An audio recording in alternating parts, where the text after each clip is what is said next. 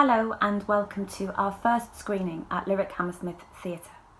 This is Tanika Gupta's version of A Doll's House, in which she transposes Ibsen's Norway for her Calcutta. Like all theatres in the UK, we are currently closed, and this screening is being shared in the spirit of recovery and hope for the future. So if you are able to support us to make more work like this, if you enjoy it, or to support us in our work with young people, which is a particular specialism of the Lyric, but in particular we work with young people from difficult and disadvantaged backgrounds. If you would like to support us to do both of those things, then there will be an opportunity for you to donate. The easiest way to do that is by text. So if you want to, and you can, the text would be sent to the text would be Lyric 5 to the number 785. That's Lyric 5 to the number 785.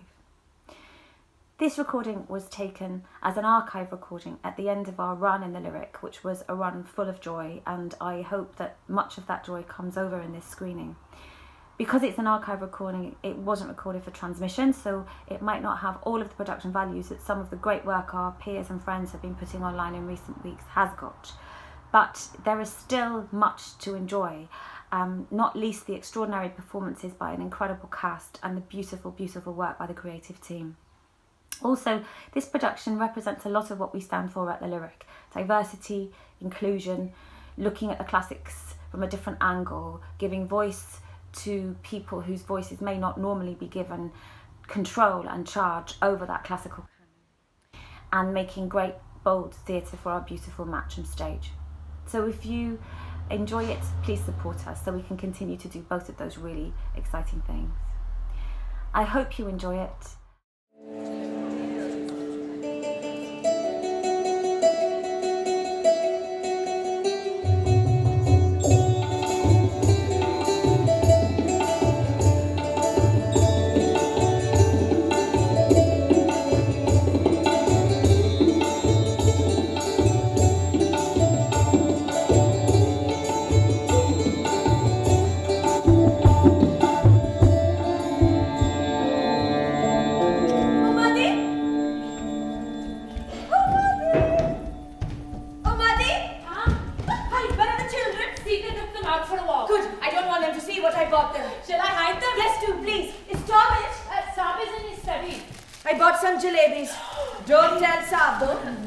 One for me.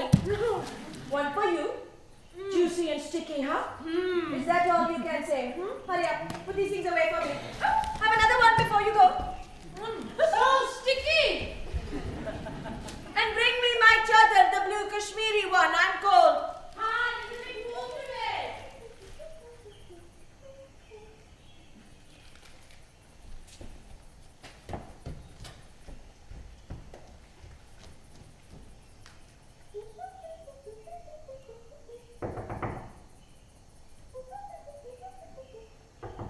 Is that my little Indian skylark chirping away? Yes, it is. How long has my little squirrel been home? Just now.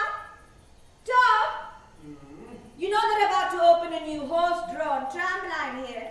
They're busy laying down the tracks. Well, it was more successful than the last tram system they tried to put in. No one used it. They've dug up all of the roads in Beaubazar Street. Oh, sounds like chaos. Tom, come see what I bought.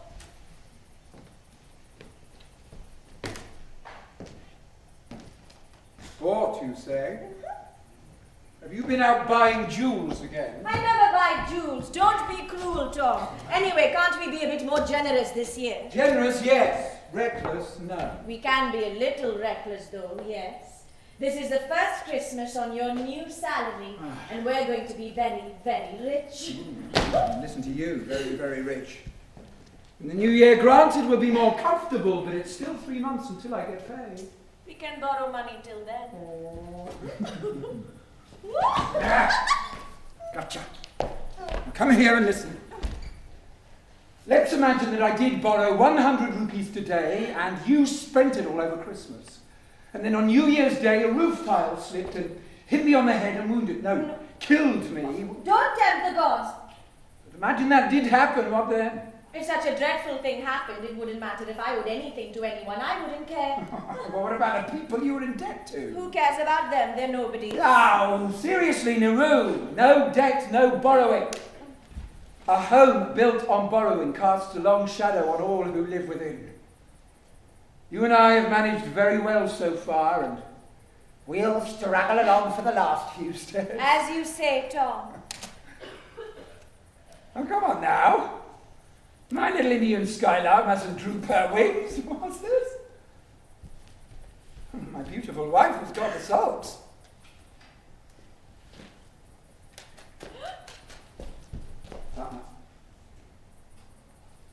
There.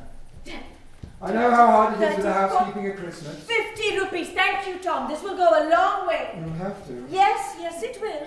But come see what I bought, and also reasonably priced. I went to the market in Beau Bazaar and I got a little suit for Peter, a horse and trumpet for Bob. They're very basic, but he'll break them soon anyway. And here are a couple of saris for the maids. Sita's got the plain one, but I wanted to get a nicer one for Uma the Benarasi silk. Oh, you spoil that, Uma. Oh, what's this in here? You mustn't see that till this evening. That's a secret. Ah, all right. Well, come on, tell me. What would you like for yourself? For myself? Mm-hmm. Oh, nothing. Come on, anything you particularly want? I can't think of anything unless... Oh, Tom. Yes? Well, if you wanted to give me something, you might. Well? You could give me money. Oh. Only what you could spare, of course. Then I could treat myself when something catches my fancy later on. Oh, please! Then I can wrap it all up in beautiful paper and hang it on the Christmas tree. It would be such fun. You are a spendthrift. I know. But let's do as I said, and then I can have time to think on it. Such a sensible idea, don't you think? It is a sensible idea. If only you could hold on to the money and really did buy something for yourself. If you didn't fritter it away on useless things for the house, because then I'd only have to pay up all over again. Oh. Admit it, Niru, you are a very pretty but expensive pet. How can you say such a thing? I economize as best I can. Well, that's true, as best you can, but you absolutely can't. You have no idea how many expenses us skylarks have. Sit down. I wouldn't want you to be any other way. You know I would do anything to keep you happy.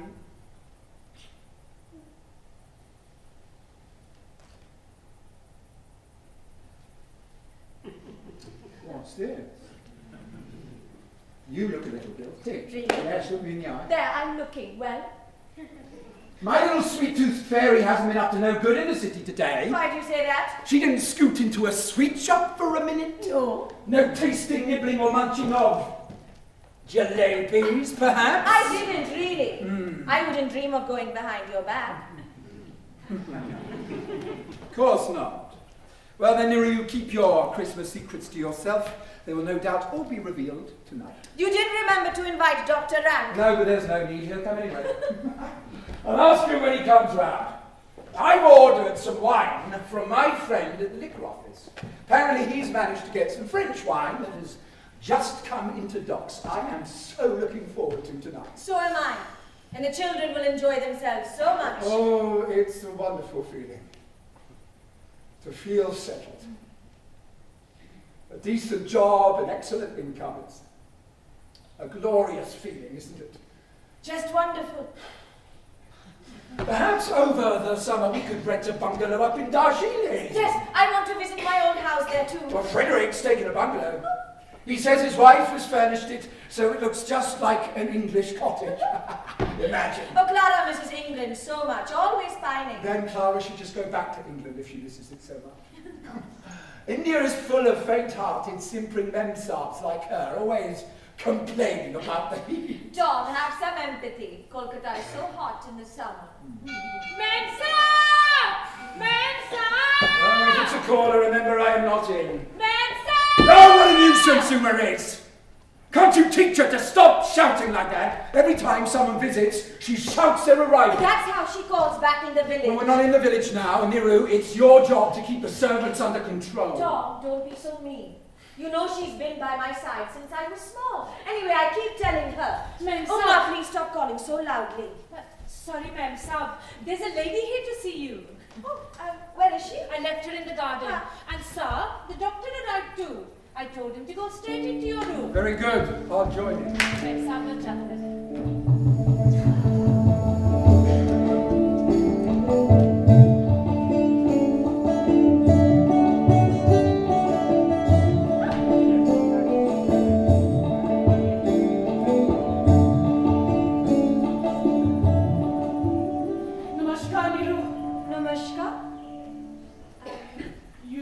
Recognize me? No, I don't think Krishna?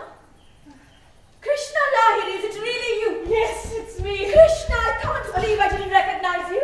You look so different. Oh, it's been 10 years. Has it been that long since we last met? And you've come to Calcutta from Dhaka, all on your own? Yes, I arrived by train this morning. You must be exhausted. How lovely. We will have a great time together. Please come, sit down.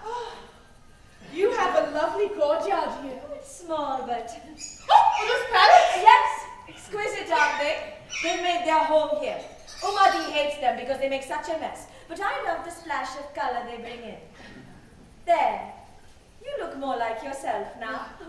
A little darker, perhaps? And much, much older, Niru. Oh, perhaps a little older, only a little, not much really. Listen to me chattering away. Krishna, can you forgive me? What for? You're a widow. Yes. It's been 3 years. White sari, no jewellery, so plain. How can you bear it? I do miss wearing colour, I must admit. I kept meaning to write to you at the time. I'm so sorry. It was very bad of me. And he didn't leave you anything. No. Children? No. Nothing. Not even a broken heart. But how is that possible? Sometimes these things happen, Niru. I have 2 gorgeous children. Peter and Bob. They're out with their eye at the moment. Please tell me all about yourself. No, I want to hear about you. No, you first. I mustn't be selfish today. We're going to concentrate on you. Oh, but there is one thing I must tell you about. Have you heard our good news? Are you expected? Not that sort of good news, much better. A stroke of good luck. It's Tom. He has just been made Chief of Tax Collection here in Calcutta. Imagine, my husband. How wonderful. Tremendous. It isn't a very steady profession here for a lawyer, especially if you refuse to take on anything remotely shady, as Tom does. I do agree with him, but his principles were stopping him from taking on work. He only represented the English. Naturally. Between you and me, most Englishmen here who need representation are involved in very unsavory situations. And the courts are set up to let them off. So much for British justice. You can imagine how pleased we are. It's a very big department dealing in land tax for crops, jute, cotton, tea. Opium? Yes, opium too. I'm so relieved and happy, Krishna. We won't have any money worries anymore. We will be wealthy. It must be delightful to have what you need. Not just what one needs, but heaps and heaps of money. Niru! You haven't changed. You were always terrible with money at school. That's what Tom says of me now, but Niru is not as stupid as you think. We haven't been in a situation for me to waste money. We have both had to work. You too? Yes. Copying and translating work. Couple of other things too. Tom sacrificed a lot to marry me. Didn't you sacrifice a lot to marry him? I haven't, no. I heard his English bosses were scandalized that he married an Indian. You heard? Well, I suppose Calcutta society is full of gossip. It spreads far. I don't know exactly what they said, but Tom left them in a fury. Do you mind me asking, Niru, how have you fitted in being an Indian woman married to an English man? I have been very happy. There are, of course, all sorts of functions to attend. Are you friends with the women? In my limited experience, I've always found the English women to be very superior. Much worse than their husbands. Sometimes the wives ignore me. That must be hard. Or speak to me as if I'm an imbecile. So unfair. You were always good at your studies. I hear them talk about Indians as, what's the word they use? Heathens. I can't help but feel insulted on behalf of my dear Baba. Your father was highly educated. And he admired the English terribly. Their clothes, the way they walked and talked. You must miss your Baba. Such a good man. Always so kind to me. He was very fond of you.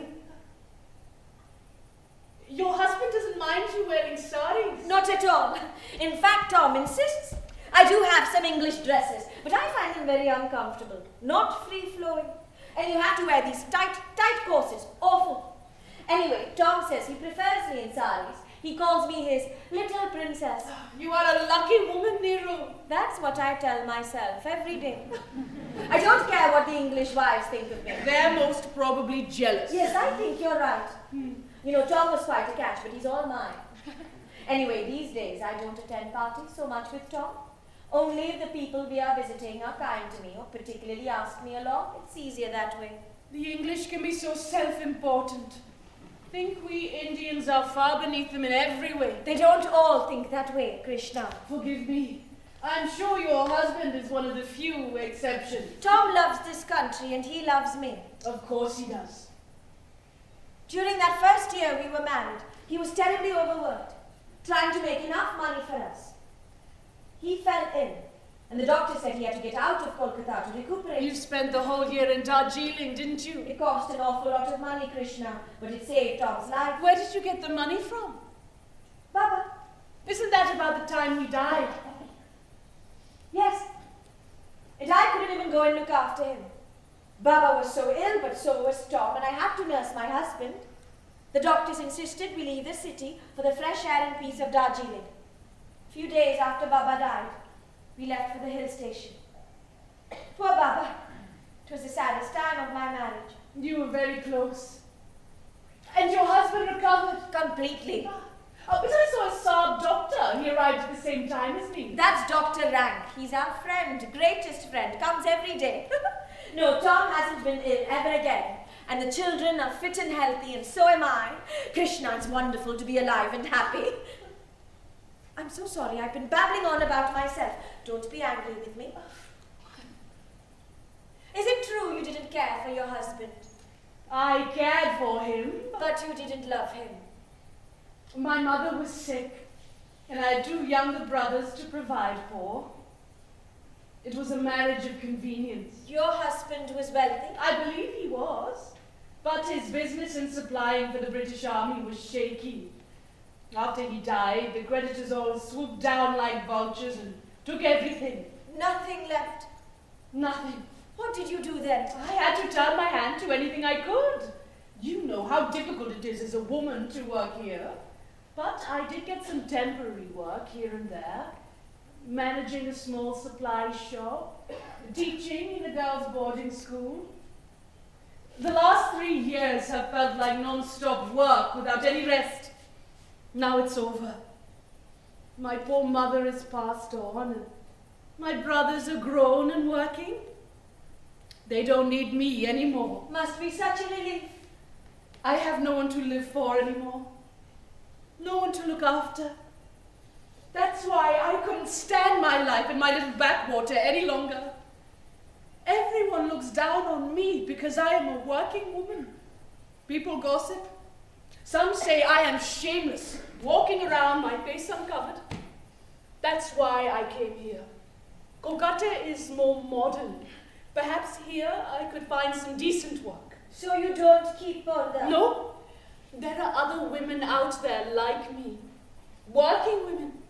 Only next door to you, a widow, Mrs Lal, has her own private photography studio. Taking photographs? Exclusively of ladies. The business is making a lot of profit. Next door, you say. I've never even heard of her. There's a lot going on out there, Niru. The world is changing.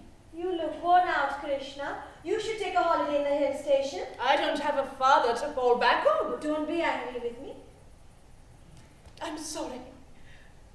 The worst part of being a woman in my position is that it makes you bitter.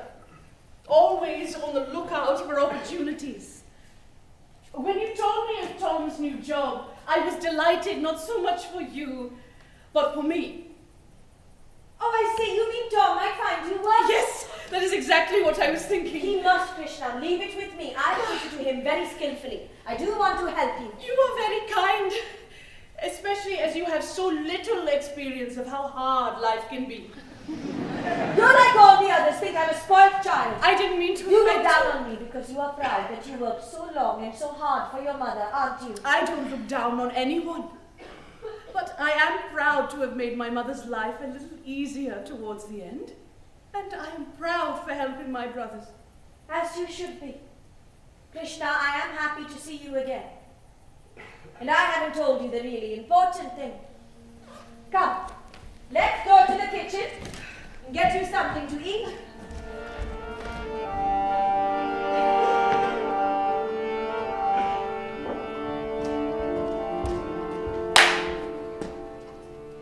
What are you reading there? The Bengali. It's got a new editor. Surrender not Banerjee. Or as I like to call him, Surrender Not Banerjee. I hear he's quite the intellectual. And within months, the newspaper already has a much bigger circulation. You should read this article, Tom. It's interesting. He argues the case for bringing Hindus and Muslims together for political action. Don't like the sound of that. Talks about India as a political unit. Rather brazen of him. He's got a point. It is a country. Well, national pride is an important ideal, but the thing is, it often goes hand in hand with stirring up anti-British feeling. If I were an Indian, I'd be anti-British. Oh, it would. It's true.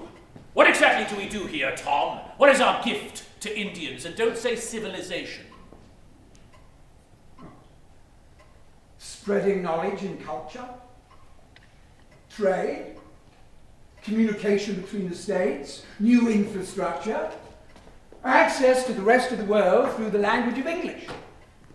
The girders for every bridge, that track for every mile of railway is brought here by ships from England. Masterji claims we have brought slavery, famine, prison, battle, and an undermining of the Indian psyche. He says the railways have been built to transport troops around the country to quell rebellions and to transport food out to productive regions for export. And you agree with him? He puts his arguments across in a very convincing way. He says right here that mortality rates amongst Indians are highest along the British rail lines. There's famine out there. Indians are dying in their thousands, Tom. We unified India without us. Yes, without us, India as a nation wouldn't exist. Right, the excesses of our predecessors are regretful, to say the least, but now that we are headed by Her Majesty as Empress of India, order has been restored. Ha! Empress. That was just Disraeli trying to keep the old woman happy and himself in a job. What's the point of having an empire if you never step foot in it? Her Majesty enjoys the glamour of the title. I do worry that some of our race out here think they're gods. Ah. Now there I concur with you. One of the last cases I dealt with as a lawyer was defending Captain Elliot. An unspeakable brute. Kicked his Indian servant to death. The doctors examined the servant's spleen and claimed it was enlarged due to malaria. And that is how the poor man died. Accidental death is how it was recorded. He got off, didn't he? Free as a bird. Thanks to my counsel. Gave me tortured nights. Had to come to you for a sleeping draught. Now remember, the death of an Indian at British hands is always an accident. I saw the man at the club last week, barking orders at some poor bearer there. He'll do it again. Those types see Indians as nothing more than animals, as their slaves. You should see the way that some of them look at my beautiful wife. As if she was subhuman. I just don't understand how they can't see what I see. I see it too. And her father was a delightful man. Yes, he was. Major Arthur actually said to me, keep the woman as your concubine, but why marry her? You should have punched him. It took every fibre of my body not to. Next time I see him at the club, I will punch him. You, now that I would like to see. If you ask me, Tom, it's the English that need civilizing. Some of those who come out here are barely educated mercenaries, and the power goes to their heads. They start lording it over everyone, putting on airs and graces as if it were their God-given right to rule. Inferior bloodline. This country is an incredible place. The history, the sights and sounds, the religion, so complicated and vast. And they were building palaces in this country when we were all painted with woad and virtually living in caves. Honestly, Edward. What? Well, sometimes I do worry about you. Why? I think you may have gone completely native. I mean, we have a job to do here, And we must get on with it. What job, Tom? That's what I keep asking myself. We behave like arrogant conquerors. We annex lands, we tax the poor, and we ship the money back to England. What are we doing here? Making England great. And losing our humanity along the way. All I know is that I believe in fair play and justice. And that is always how I conduct myself. And you should be careful. Now, I've heard you spouting your anti-English theories in the club. It could get you into trouble. Nobody listens to anything I say.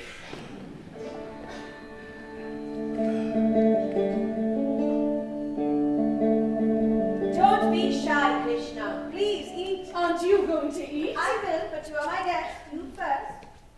That's better. Earlier you said something about a really important thing. Did I? You did. You were going to tell me some great secret. I can't remember now. You used to tell me everything. We were such good friends. The best. How did we lose touch? Life took over. Marriage and, well, my family lost all their wealth and so did my husband. You think I avoided you because you were poor? We didn't mix in the same circles. I'm not a snob, Krishna, though it must seem that No, way to Niru, you. I wasn't. This is between you and me. Tom must never find out. I told you how Tom was ill and I had to take him away to Darjeeling. He would have died if it hadn't been for me finding the money to take us away. But your Baba gave you the money. That's what Tom and everyone else thinks. But Baba didn't give me a single paisa. I raised the money myself. 3,000 rupees. That's a lot of money. How? Oh, you can't have borrowed it because a wife can't borrow money without her husband's consent. But if it's a wife with a little business know-how. I don't understand. Maybe I got it from an admirer. I still have many admirers, you know. You are a mad creature. You're dying to know now, Krishna, aren't you? You haven't done anything silly, have you, Niru? Is it silly to try and save your husband's life? It's silly to do something behind his back. But the whole point was that he mustn't know. His life was in danger. The doctors came and told me. I wept and wailed to Tom that I needed to get away because of my pregnancy. I even suggested that he should get a loan, and he got really angry. Said I was being irresponsible. That's when I decided. You never told your husband? No. He's so unbending about money matters, and Tom is very proud. He would hate to think that he owed anything to me. He would feel humiliated. It would spoil everything between us. This happy home of ours would be ruined. Are you never going to tell him? So what do you think of my big secret now, Krishna? Still think I'm a child? Well, It's meant a lot of anxiety for me. Hasn't always been easy to meet my payments. Quarterly interest and installments have been tough. it came out of your allowance. When Tom gave me cash for saris or dresses, I saved half the money back, bought the cheapest things, and Tom never noticed. At times it was very hard on me, Krishna, because it's nice to have good silk saris, isn't it? Banarasi, temple, I imagine it is. Dhaka silk, I only have cotton ones. Kosho. Last Christmas I did some copying in Bengali. Your handwriting always was beautiful. I locked myself up in my bedroom and sat writing every evening until late. I got so tired. But it was an enormous thrill to sit there working and earning money. It was like being a man. How much of the debt have you been able to pay off like this? It's hard to tell with these kind of transactions. I paid back as much as I could. There were times when I was distraught, trying to find ways to make the payments. Then I would fantasize that some rich old Englishman had fallen in love with me. What rich old man? And on his deathbed, they read out his will. And in large letters it would read, "On my death, my entire fortune will be paid over to Mrs. Nilonjana Helmer." Hey, who is this man? Goodness me, Krishna, he doesn't actually exist. It's make-believe. But now he can drown himself in the Ganga for all I care. Because now, all my troubles are over. With Tom's new job and money coming in, I will be able to play with the children, make the house pretty, and have things nice for Tom, just as he likes it. Uma, there she goes again. Her father was a fisherman, so she still calls as if she's shouting from one side of the bank to the other. Drives Tom mad. Perhaps I'd better go. No, stay. It's not for me. Most likely somebody for Tom. Uma, I keep telling you not to shout like that. Was I shouting? Yes. There's a man to see the Saab, but I don't know what to do because the doctor is in there. Who is this gentleman? Mrs. Helmer. Why do you want to talk to my husband? Tax office matters. So it isn't. I do work there, and since he's to be the new head, I thought I should call on him. Just routine. Please do go through to his study then. Oh, Madisha, Mr. Das. Yes, ma'am, sir. Thank you.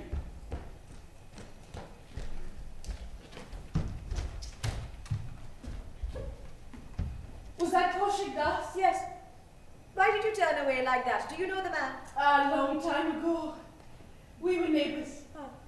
He looks so changed. They say his marriage was unhappy. He's a widower now. I've heard. And father to several children. Is it true he does a lot of other business? Apart from the tax office, that is. I think so. Come, let me show you around. Would you like to see my happy home? Yes. Why not?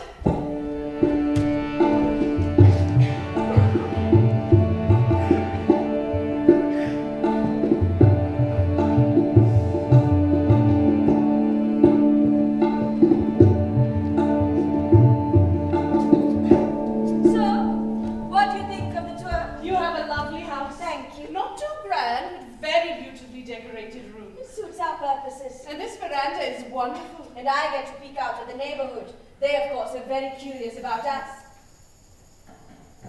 Look! Look at the dancing monkey.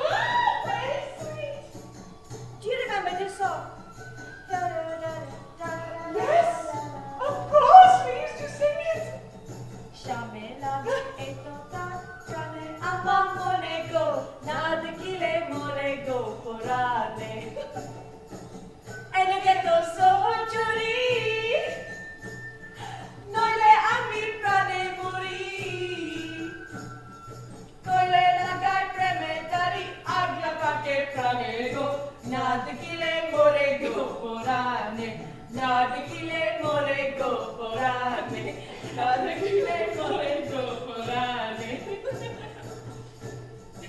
This is such a lovely color on you.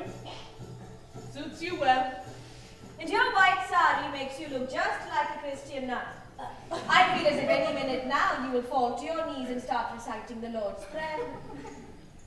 You're so different from when we were at school, Krishna. You always used to dress so beautifully, always smiling. I had to sell my silks, my gold, my ornaments. Ah, there you are, Niru. Oh dear, I seem to be disturbing you. Of course you're not. Mrs. Lahiri, please meet Dr. Rank. How do you do? Namaskar. I've often heard Mrs. Lahiri mentioned here.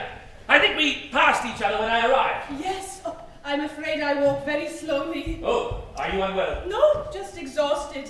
I have been overworking myself. And you're in town to rest and visit relatives, I suppose? No, to find work. Oh, well, that's a good cure for overwork. One must live, Dr. Rank. Yes, the general opinion seems to be that it is necessary. Oh, really, Doctor? You know you want to live. It's true. No matter how wretched I feel, I seem to want to prolong the agony. All my patients are the same, and so are the morally wretched. Talking of which, I just left a rather morally wretched man with Helmer. Who do you mean? A man called Das, not someone you would know. He's a thoroughly nasty specimen. Even he started off by saying he had to live as if it was something vitally important. Oh, what did he want to talk to Tom about? I have no idea. I only heard it was something to do with his job in the tax office. He's a clerk there, I believe. I didn't know that. What's so funny? I'm just thinking. Tom has quite a lot of power now, doesn't he? Dr. Rack, would you like a jalebi? Jalebi! I thought they were bad. Yes, but Krishna gave them as a gift. Me? Oh, it's not your fault, Krishna. How are you to know? Tom is worried in case I might ruin my teeth and my figure. Still, there's no harm, is there, once in a while? Dr. Rack. Oh, thank you. Krishna, you have one too, and I will have one as well. Oh, how delicious. Gooey and sticky and yummy. I'm so happy. There's just one thing I'd like to do now. What's that? Something I'd love to say in front of Tom. Why don't you then? I couldn't, it's a bit shocking. Then my advice is don't say it in front of Tom. You can say it in front of us, though. Go on. What is it? I'd really love to be able to sing. Damn you to hell! Oh, you're mad! You can say it in front of him. Here he is. Tom, did you manage to get rid of him then? Oh, yes, he's just gone. Tom, this is Krishna Lahiri, who has just arrived today in Calcutta. Krishna? Forgive me, I don't think Mrs. Lahiri? We were at school together. Oh! Welcome, Mrs. Lahiri. Oh, Krishna's come all the way to have a word with you, Tom. really? I didn't really The thing is, Tom, Krishna's very good at office work and bookkeeping, and she's very keen to find work with a clever man so that she can perfect her skills. Now, very sensible of you, Mrs. Lahiri. And when she heard you'd been made chief of tax office, she read it in the paper. She came here at once. Tom, you will try and find something for Krishna, won't you? She's more efficient than most of those young Indian male class, and she's totally trustworthy. For my sake, please. In the tax office? Why not? You've always been the first to say that women should be educated and allowed to earn a living.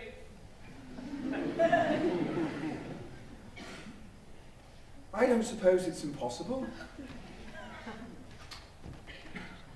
I see that you are a widow. Yes. There is no one to prevent me from working. You have some experience of bookkeeping, accounts, keeping detailed administrative records. Quite a lot of experience. Any references? Good ones. You're obviously well educated if you went to the same school as Niru. I think I can help you, yes. There you see? You came at a very opportune moment, Mrs. Lahiri. Thank you. May the gods shower blessings upon you, Mr. Helmer. Thank you. Oh, no need at all. But for a moment, you must excuse me. I need to go into the office. Yeah, I'll walk with you, Tom. And I must settle into my rooms and unpack. Oh, come. We shall all walk together. Goodbye, Niru, darling. Thank you so much. Don't say goodbye. You're coming back later for supper. Thank you. And then I might meet the children. Of course. And you, Doctor, if you're up to it. But you are well enough, aren't you? Oh, yes, I'll be here. Don't stay too long, Tom. I'll be back within the hour. Come. After you, Mrs. Lahiri.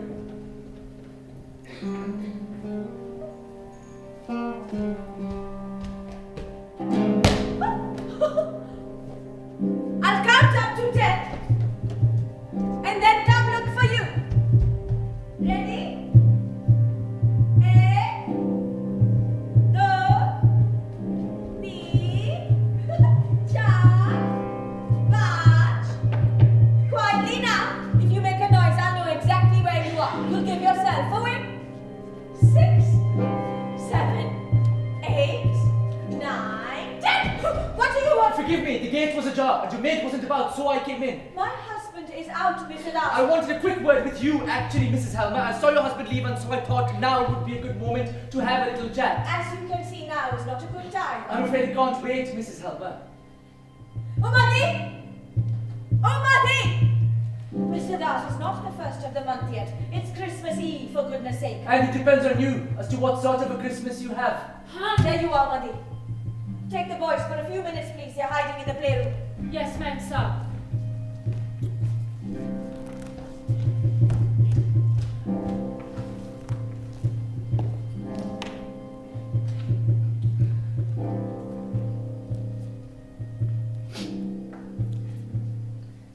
What is it that can't wait, Mr. Das?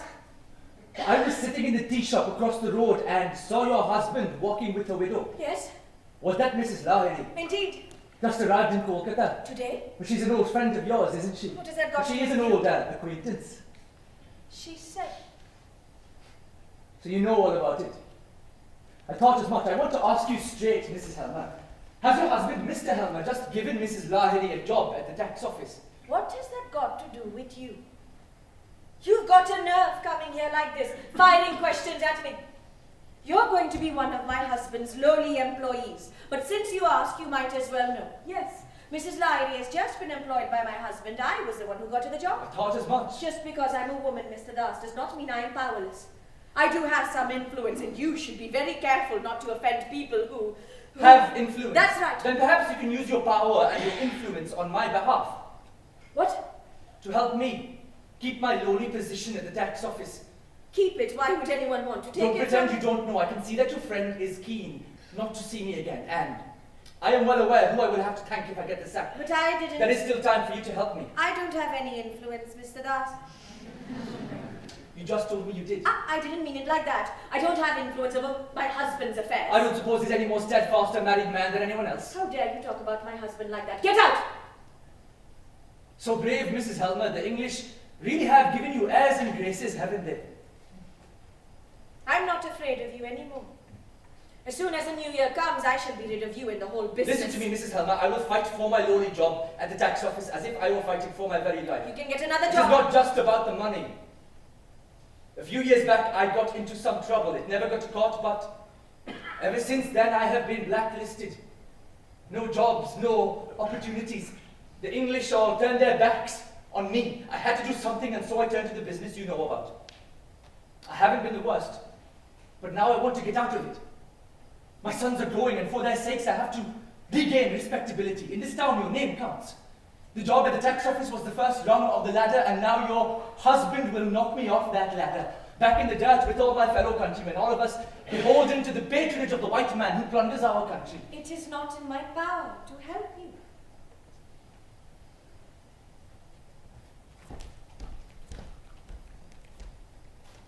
You will have to. You're going to tell my husband I owe you money. You leave me no alternative. No, you can't do that. That would be a disaster. That would make things horribly unpleasant for me. Only unpleasant. Do it then. I don't care. You'll come out looking worse for wear. My husband will see what an evil man you are, and then you will certainly not keep I your asked job. you if it was just unpleasantness at home you were afraid of. Let me remind you of a few details. When your husband was ill, you came to me to borrow 3,000 rupees. If my husband finds out about this, he will pay you off and we shall have nothing more to do with you. End of I story. will have to make things a little clearer for you then. When your husband was ill, you came to me to borrow 3,000 rupees. I had no one else to I turn to. promised to help you. And you did? On certain conditions. You had to sign an agreement with your father as guarantor. He needed to sign. Which he did. I left the date blank. The agreement was that your father would date it with his signature. You remember? Yes. I gave you the contract to post to your father. He signed it, and then I paid you the agreed sum. And I have paid the installments on time every month. I understand your father was very ill at the time, on his deathbed, He was. and he died shortly afterwards. Tell me, Mrs. Helmer, can you remember the date of your father's death? The exact date, I mean. Baba died on 29th September. I did check this out myself just to be sure. And there is a problem with the date. Problem. Your father died on the 29th of September, and yet, look here. He seems to have signed it on the 2nd of October. I only just noticed it myself. And then I went to the births and deaths registration office yesterday to see if my concerns were correct. I noted that the handwriting of the date is different to the signature. That, of course, can be explained. Your father may have forgotten to date his signature and someone else filled it in for him before they knew of his death. That is not the problem. It all depends on the signature, as long as that is genuine. Mrs. Helmer, the signature is genuine, isn't it? Mrs. Helmer? It was me. I signed the contract.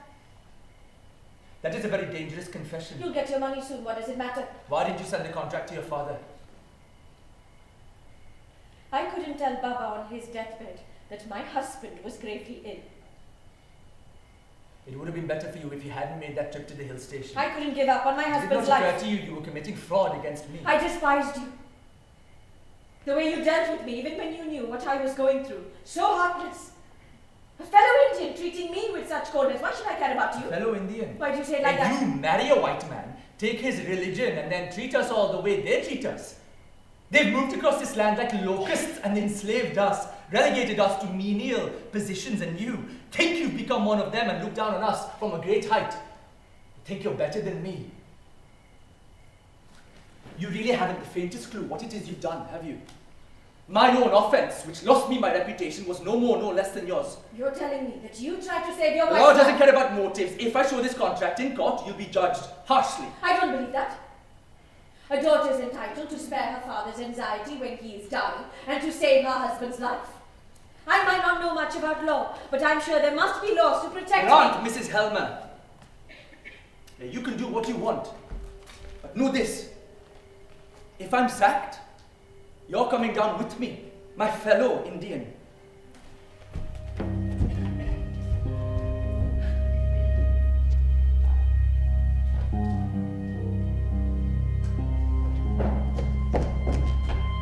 from that dance I just saw leaving the house. Dance? I just saw him skulking out the gate. He was here, just for a moment. What did he want? Oh, no. I can see from your face he was begging you to put in a good word for him, wasn't he? He was. Well, forget about him.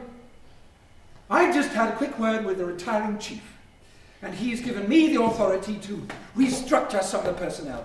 I'll look it over Christmas and make the necessary changes, but I want it all sorted out when I start in the new year. So that's why poor Darcy. Niru, I've already said. Tom, I need your help with something. I'm just going back to my study, Niru, can't it wait? You have the best taste. And I want to look beautiful at the fancy dress party tomorrow. Can you help pick something out for me? I'm lost without your help. Very well. I'll think of something. Thank you. Tell me, was it something really bad this Darcy did? You forged someone's signature. Maybe he had no choice. Well, perhaps. I'm not so heartless to condemn a man for only one mistake. Many men have been forgiven their misdemeanors and have been forgiven of their fault for taking a punishment, but Darcy did the opposite. He tried to wriggle out of his crime by committing another cunning trick, and that's just not the way things are done, Niru. You know how I believe in fair play. Yes, Tom. And Darcy deceived everyone. Heaped lie upon lie, even had to con his family, pretending to be something he wasn't. An atmosphere of lies poisons the whole life of a house.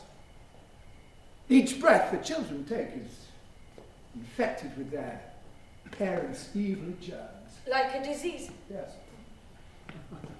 I saw it often in my work as a lawyer.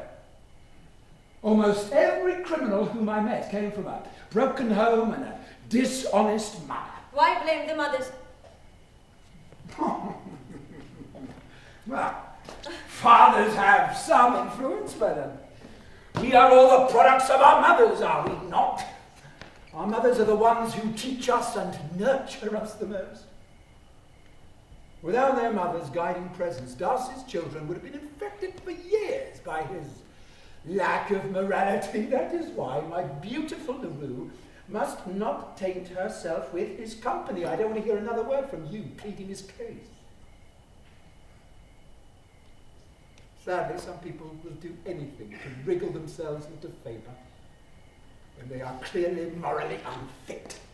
Do you feel a chill in this room? I can tell you I feel physically ill in the presence of men like Darcy. I would have found it unbearable to work with her. Oh. I'll have a think about your fancy dress costume.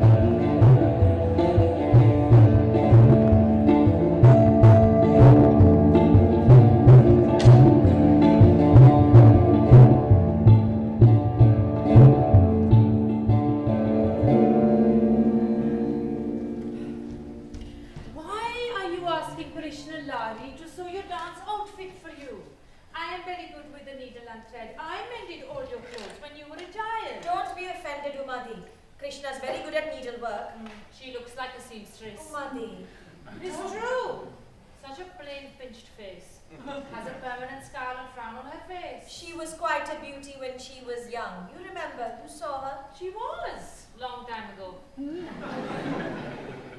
But no one could ever hold a candle to my Niru. It's none of my business, but I don't trust her. She's leeching off you. She sees you're settled, doing well, and she wants to grab You're right, something. Umadi. It's none of your business. If that Krishna makes a mess of the needlework, no need to be polite, huh? You give it to me and I will fix it. Honestly, Umadi, stop being so jealous. Huh? You should be happy. Less work for you. Have I ever complained about having too much work? Oh, you never complain. I will say it one last time, Niru, then I promise my lips will be sealed. I don't want to hear it. Just be careful of that Krishna Lahiri. She has the look of a jealous woman in her eyes. She's greedy for your happiness. Enough, Umadi. Tell me, do you think my children would forget their ma if she were to go away for good? Lord, for good? How could you bear to hand your daughter over to strangers? I had to. I got a good job to come and nurse you. But how could you have the heart to leave her? I didn't have a choice. I got into trouble. And the man that got me into trouble wasn't going to stick around to look after me. My parents said I had disgraced them and threw me out. Has your daughter forgotten you? No. She writes to me. Birthdays every year. And now she's married. Darling Umadi, you were a good mother to me. Darling Niru, you had no mother but me. And you look after my babies even if I... Even what? If I get ill. Of course. Is everything all right with you, Niru? I'm just tired. Good afternoon, Niru. Krishna, you look refreshed today. Thank you. I came as soon as you said that. The McDonalds are having a fancy dress party tomorrow, and Tom has suggested I go as a Mughal dancing girl. I have the costume here, but it's a bit ripped in places. I thought you didn't like going to those parties. You said the wives are cruel to you. No, the McDonalds are very sweet to me. She came around especially to invite me. Let's have a look. Oh, it's very beautiful. Look! Just the trimming that's come loose. I'll fix it for you. Oh, very kind of you. I remember what a wizard you were with the needle and thread. Tom wants me to dance Kathak tomorrow. Do you remember the footsteps? I kept up my lessons, Tom insisted. Thank you so much for dinner last night. I had a lovely evening. You did? I'm glad. Somehow things didn't feel quite right yesterday. Tom knows how to make the house feel welcoming. And you too. You are not your father's daughter for nothing. Can I ask you, is Dr. Rank always as depressing as he was last night? He was particularly bad last night. He has some disease or other. Something to do with the spine. Poor man. His father was a horrid man who had a string of lovers, and that's why his son has suffered with illness ever since he was a child. The sins of the father. Does Dr. Rank call in on you every day? Yes? He said he had heard my name mentioned often in the house, and yet Tom had obviously never heard of me. I talk to Dr. Rank about my friends and family. Tom gets jealous if I ever mention anyone. He wants me all to himself. Niru, I'm a little older and a bit more experienced, and you should take my advice. I think you should give up this business with Dr. Rank. What business? You said something yesterday about a rich man leaving you money. Unfortunately, the rich man doesn't exist. Is Dr. Rank the man of means? I think so. And has no wife, no children. No. And comes to your house every day. I don't understand. The man is after you, Niru. I know you borrowed that 3,000 rupees from Dr. Rank. How can you think such a thing?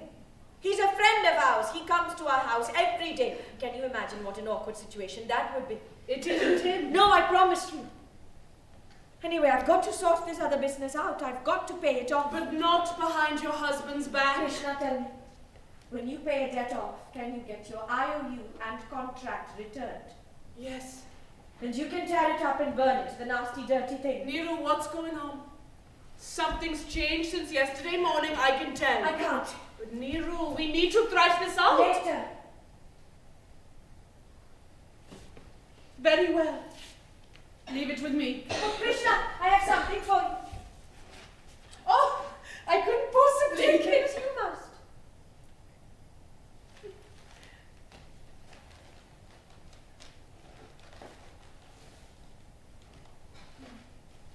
I saw you admiring it earlier.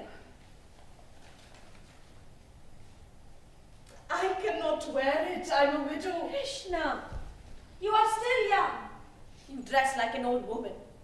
But just because you're a widow, why must you deprive yourself completely of all colour? That is dangerous talk. You said yourself, the world out there is changing.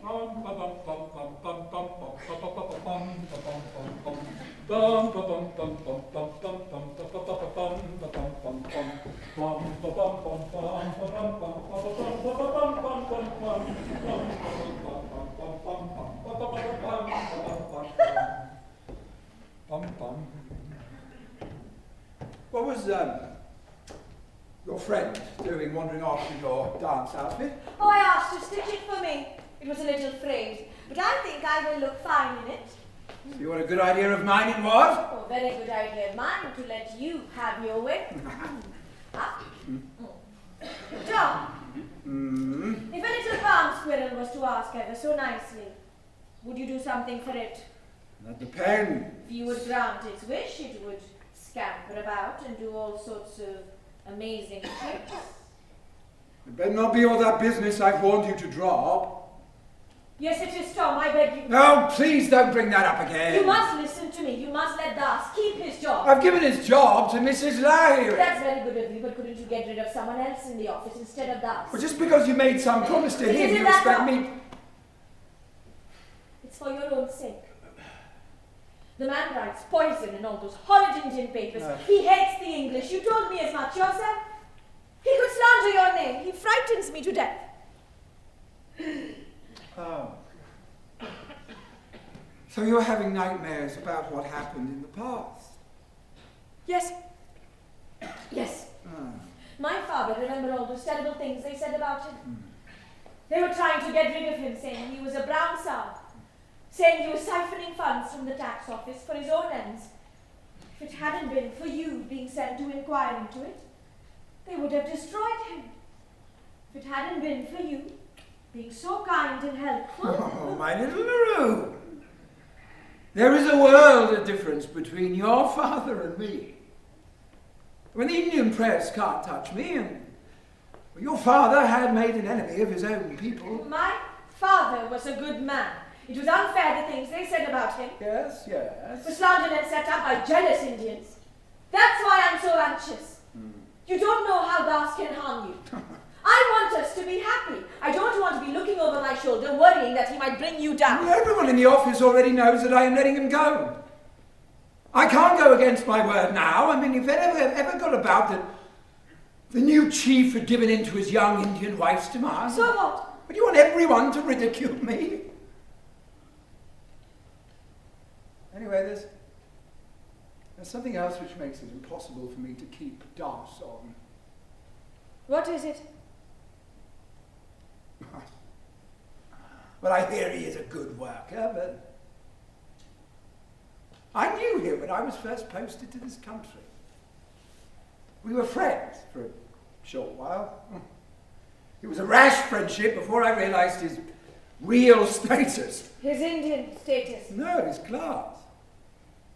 He had an inheritance from his grandfather, and well, he lorded it up, pretending to be some kind of princeling. What happened to all his money? His father gambled most of it away. But somehow Das managed to claw some of it back and used it for money lending. I don't think he's got anything left now. So if he had money, would you have remained friends? Class isn't just about money, Niru. It's about breeding. It's about blood. This tactless Indian clerk kept on referring to me by my first name in front of others.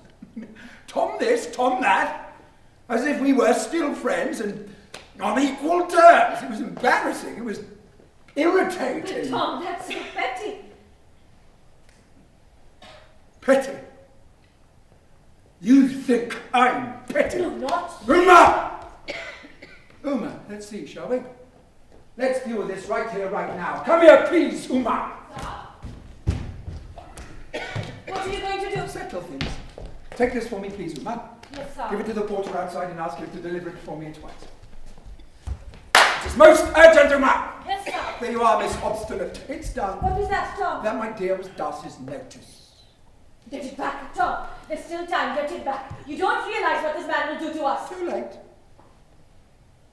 This is how it will be from now on. You and me, husband and wife. Whatever the future holds for us, I will have courage and strength for both of us. I am man enough to take everything on myself. If Frank turns up, tell him I'm in my study.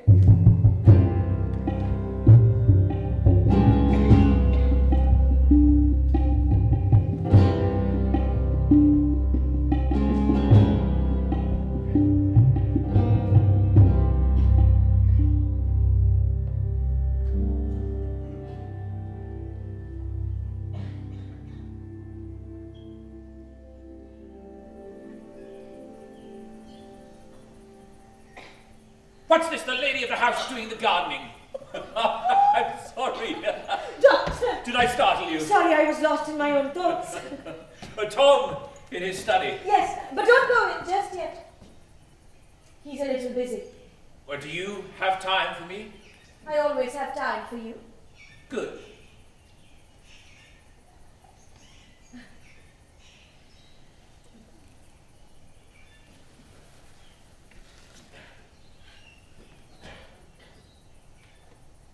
You made it very pleasant out here, Niru. Is this a little banana tree you're growing here? Yes? I shall sit here and admire your work for as long as I can. As long as you can. Is something going to happen? Nothing that hasn't been expected, but I hoped it wouldn't happen for a long time yet. What's wrong? The end is nigh, Niru, for me. I can't lie to myself any longer. I am at death's door. Don't be so morbid. It has to be faced. I am the most wretched of all my patients. Only one more medical test to do on myself, and when that's done, I'll know the prognosis for sure. Dr. Rack. If the result is as I suspect, I want you to promise me something. Tom is a sensitive man. He doesn't like ugliness or emotional discomfort of any sort. He must not visit me at my sickbed. Doctor. I mean it. I will not have him there. I will lock the door against him. When the result is confirmed, I will send you my card with a black cross on it. And then you will know my final disintegration is beginning. You are very depressing today. Well, how can I be when death is knocking on my door? I know how the end will come, and I don't want the pain. I put aside a store of opium, and I will self-administer so that I can pass on peacefully, on my own terms. To have to pay for my father's sins is so unfair. But then I suppose every family has its crosses to bear. We're all paying for past evils and mistakes. It's what you Indians would call karma. And I was so hoping you would be in a good mood today. Oh, my goodness, what is that? Over there, look! A monkey! Hanuman! What the hell's he doing up there? Poor thing doesn't know how to get out. He sniffed up your banana tree! Scram!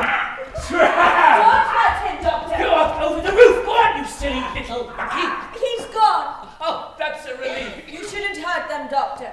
Hanumans are good luck. They symbolize one of our most revered gods. I knew that cows were sacred, but monkeys too.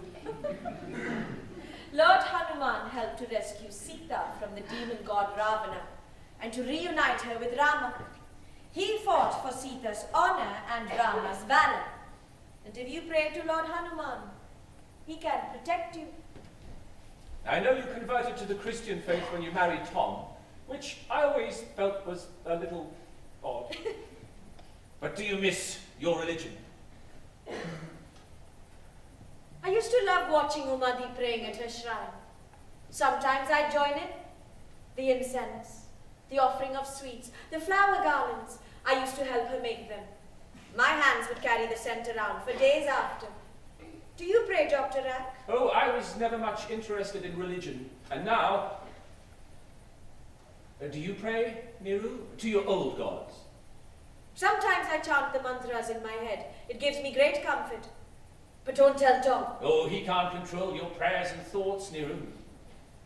But I'm afraid even praying won't help me. What are you laughing about? Oh, I'm just thinking of you praying to Lord Hanuman. You rascal. I'm in a wicked mood today. I can see that. Dr. Rank, you mustn't die. Tom and I need you. No, you'll get over me. People are soon forgotten. You really think that? People move on, make new friends. I can already see that Mrs Lahiri is your new best friend. She's upstairs with the children. She'll hear you. You see what I mean? She's here as well today. Don't tell me you're jealous of poor Krishna. I am, I admit it. Poor Krishna is my successor, my usurper in this house. Goodness me, Dr. Rank, do cheer up.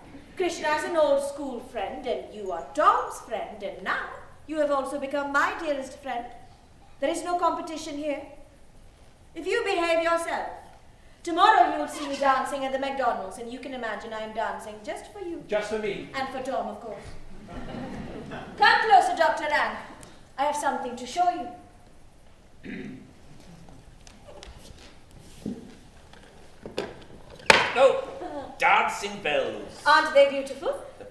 They belong to my mother. She strung them when she was young, bell by bell. May I put my foot in your lap? You may. There. Now you can tie the bells around my ankles for me.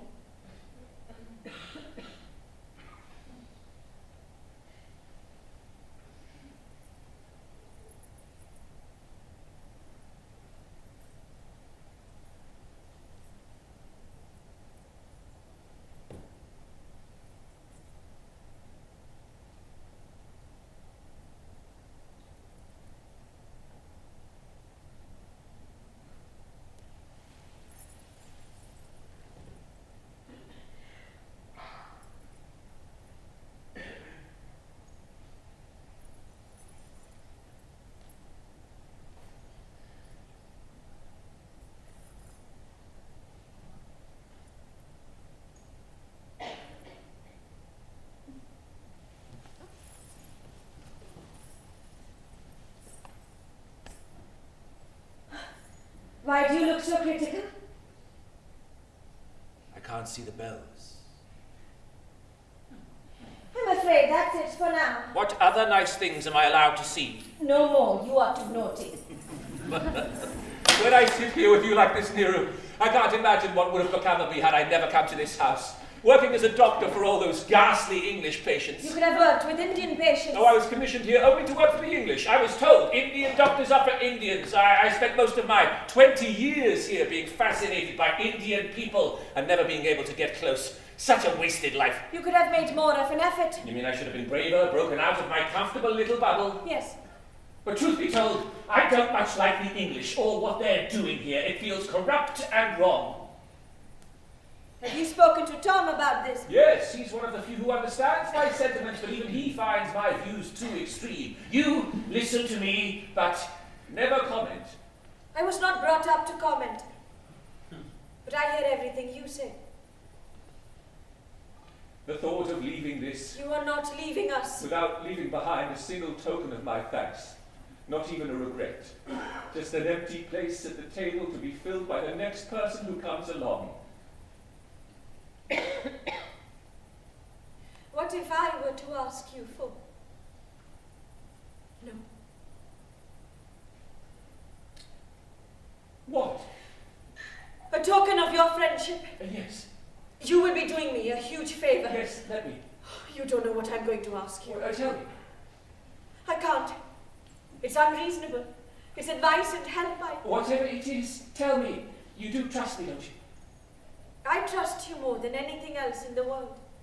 You are my most loyal friend, and so I will tell you. It's something I need you to help me to prevent. You know how much Tom loves me with his very being. He would die for me. Niru, you think Tom is the only man who would gladly give his life for you? Listen, this is my best chance to tell you how I feel. I wanted you to know before I left, and now you know. And you also know that you can trust me completely.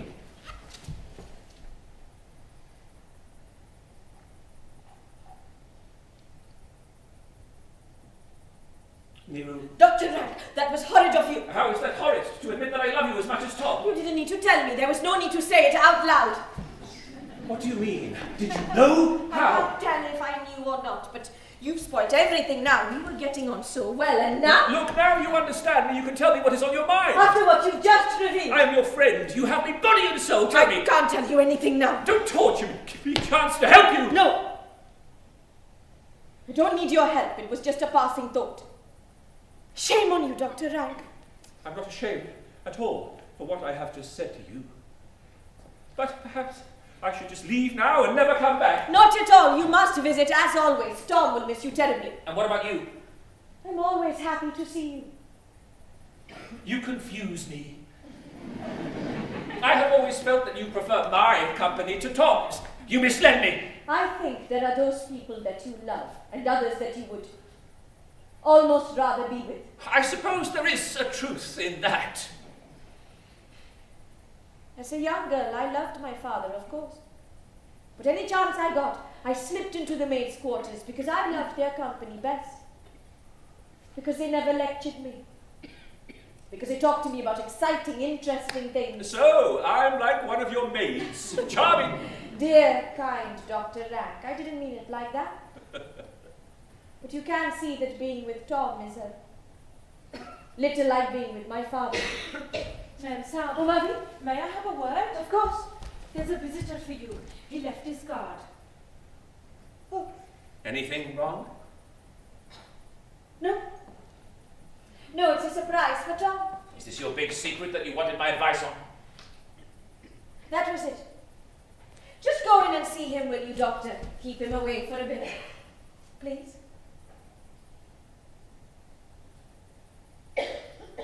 As you wish.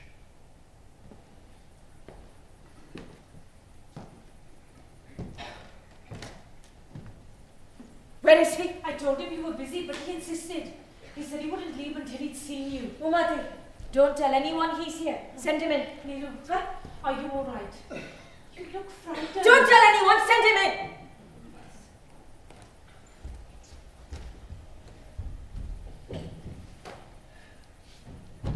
Mr. Das, why are you here? You know I've been sacked. I tried my best. I think Doesn't you your husband okay. care about you? He knows what I can do for Doesn't you. know anything. Didn't think he did. Most uncharacteristic of my old friend, Mr. Tom Helmer, to show such courage. Please try and show my husband some respect. Well, like he's shown me respect. Given your urge for secrecy, I take it you're a little bit clearer about how much trouble you're in. Very clear.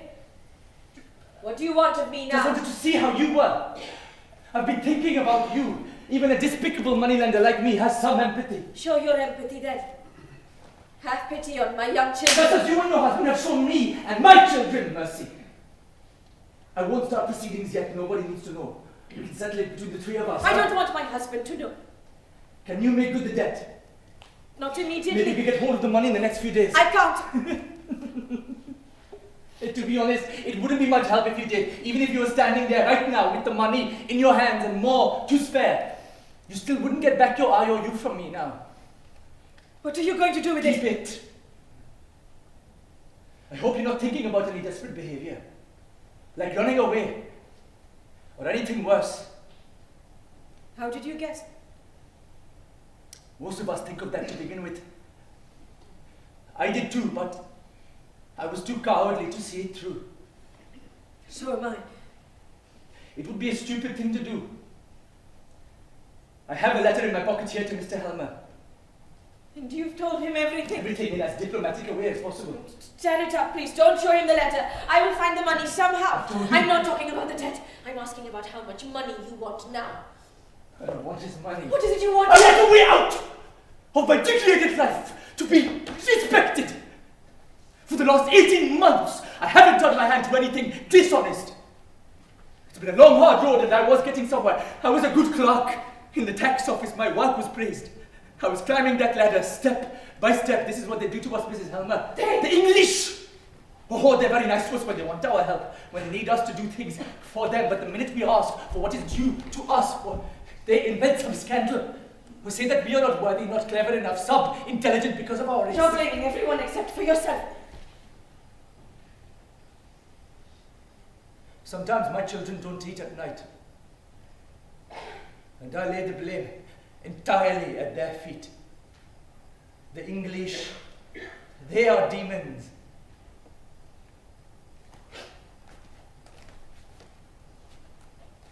I want to get back in the office again, in a higher position, and your husband will create a new post for me. He won't do that. I think he will. I know his sort. He'll do anything to keep his name, to stay up there on his high horse, looking down at all us dirty heathens.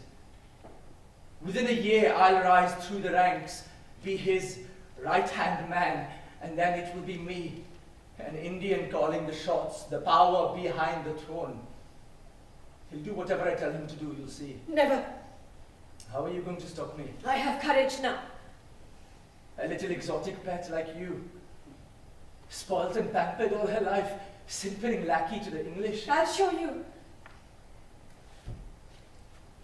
How will you show me?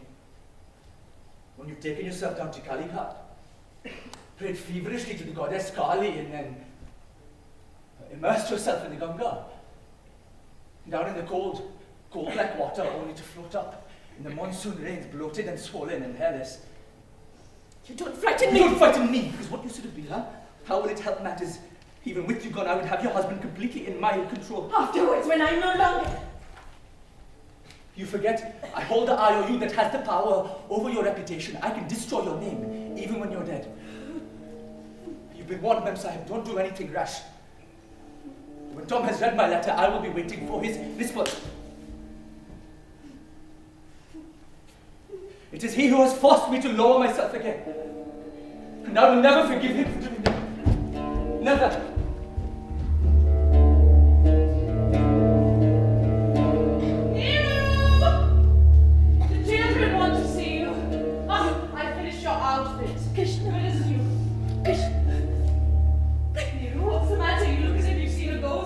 Do you see over there? Do you see that letter? Look. Yes, what on earth has got into you? It's from Das. Kaushik? Yes, and now Tom will know everything. It was Kaushik who lent you the money. Tom will find out.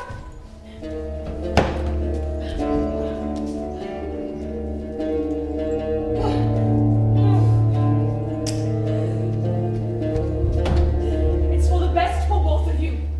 It needs to come out. There's more. I forged a signature. Did you? Krishna, I want you to be my witness. If I go mad, which might happen, Niru? or if something were to happen to me, so that I was no longer here on this earth, Niru, calm and down. if someone else took the blame for me, then I want you to be my witness that it is not true. What's not true? You're babbling. I want you to tell them that I was in my right mind. I knew what I was doing. It was all me, my idea. No one knew. I will tell them, but what you're saying is senseless. A miracle is going to happen. What miracle? Look, let me go and see Kaushik. No, don't, he'll hurt you. He won't.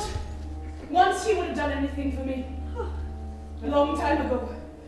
Where does he live? I don't know. Wait, I have his card. His card here. His card. The letter. What should I do about the letter? I see he lives near me. Niru!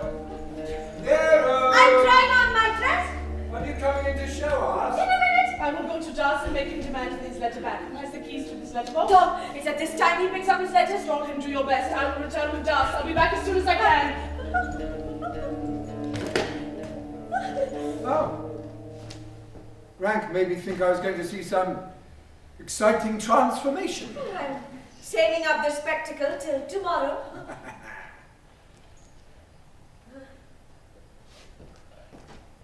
Niru? You look tired. Have you been practicing too hard? No, I haven't had a chance to practice. What? But you must. We are all expecting a great show. Tom, I need your help. I just can't seem to remember it. Oh. Shall I call Masterji over to help? Would you? Yes. I'm so nervous. I want you to promise me that you will devote all your energies to helping me perfect the dance tonight. No more work, please. Of course. I am entirely at your disposal. Now, let me pass for a moment. No, Tom, don't. There's a letter, let me get it. I want you to rehearse now. What? Niru, are you really that nervous? Terribly. Mustn't touch any letter. Open the letterbox. Oh, Niru.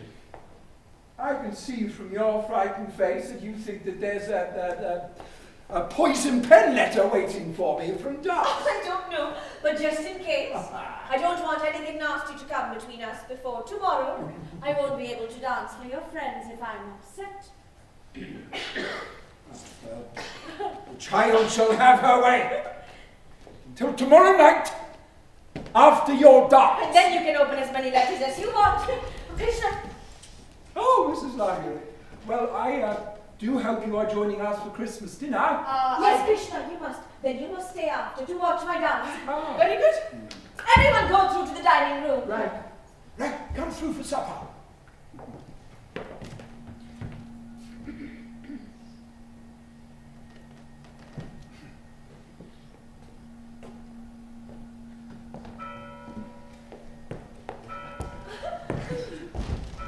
Well, Das has left town, but he's back tomorrow. I left a note. Perhaps it's for the best. It's rather exciting waiting for a miracle to happen. You said that before. You wouldn't understand. 7 o'clock. 5 hours till midnight. 24 hours till the next midnight. Then the dance will be over. 24 plus 5. 29. 29 hours to live. Niru, you're behaving so strangely. Where's my little pals? We're all... Niru! Here she is!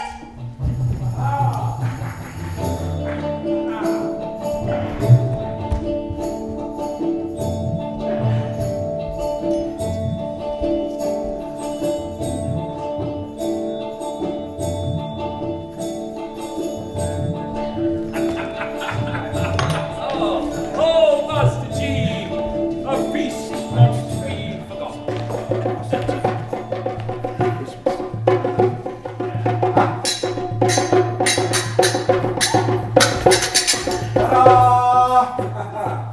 Oh, don't look so terrified, you silly girl. You see, Tom, I need to practice. If you want me to dance tomorrow. Were you really not afraid? Yes, watch me.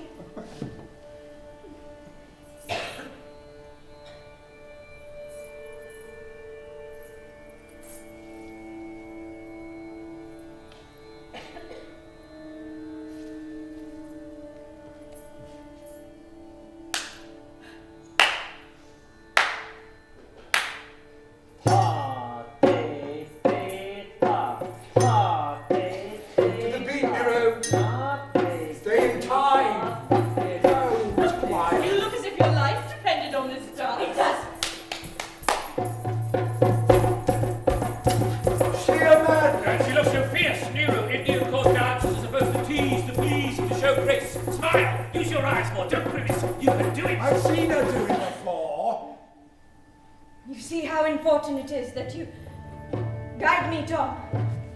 I am lost without your instructions. You mustn't contradict her. Let's try this again. Niru, dear, you look so tired. Perhaps you should rest. No, Krishna, I have to get this right. And it's such fun.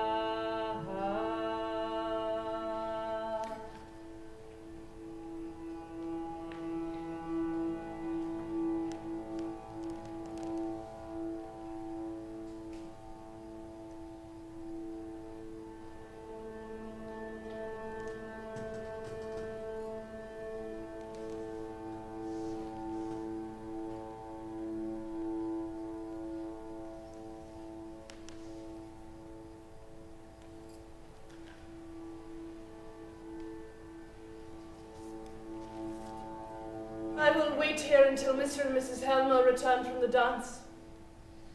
Krishna, tell me, please. Is something the matter with Niru? No. Why do you ask? The children keep asking for her, and she avoids them. They miss her, and Niru always plays with him, such a good mother, but today she said she couldn't bear to even look at them. I think she was just nervous about her performance. I have never seen her so anxious. Everything will be all right, Umadi, please. Don't worry. You are looking out for my Niru, aren't you? Of course. Always. Good night, Mrs. Lahiri.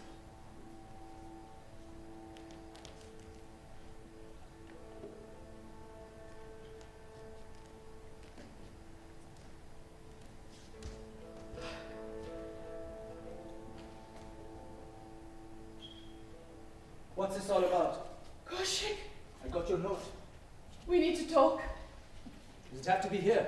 It is impossible where I live. There's no privacy, no quiet. Please, sit, Kaushik. We're quite alone. Why should I talk to you? Hear me out. Have you become the Helmer's new maid? What? Well, these are the servants' quarters, aren't they? They're out at a party. Partying, really?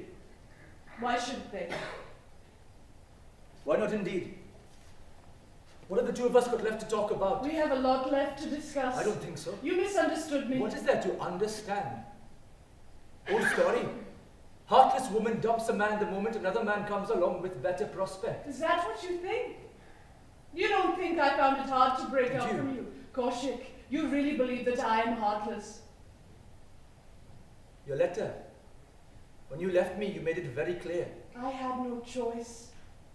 I wanted to make it easier for you, to stop all your You feelings. for me. pretended. Why? My mother was sick, and I had two younger brothers to provide for. You had no prospects then. I couldn't wait, or we all would have You starved. ended it with me because of money. All that grief because I couldn't find a job. I had responsibilities. Still, how could you sacrifice our love for the sake of others? You had no right. I've thought about you always and asked myself the same question. Did I do the right thing? When I lost you, I felt like the ground had given way. Look at me now, a broken man clinging to the shipwreck of his life. Help might be near. There was hope, and then you came and snatched it away. I didn't know. I only found out today I was replacing you at the tax office. I believe you, but now that you do know, will you step aside for me?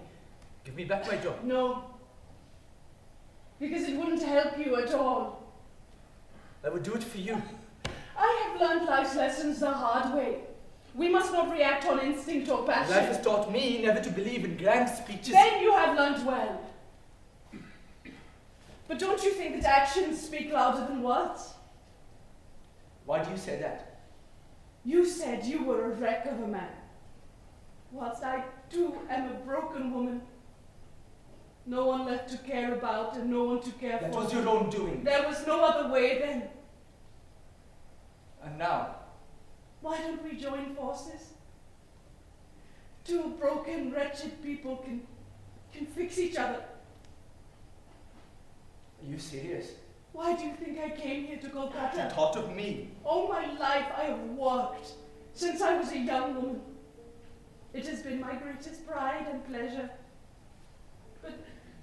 But now I am completely alone. And the world feels utterly empty and desolate. No one to work for. And that gives me no pleasure, Kaushik. Give me something and someone to work I for. don't believe you. Why are you offering yourself like this? Is this some sort of woman's hysteria, huh? Have you ever known me to be hysterical? You want me, really? Do you know all about my ugly past? I have heard. And you know what people think of me? A moment ago you seemed to be saying that had things gone well with us, you would have been a different I man. believe I would have. Is it too late now? Krishna, do you know what you were saying? Do you have the courage? Yes, I think you do. I can see it in your face. I know that face so well. In my dreams, I still see it. I want to be a mother. And your children need a mother.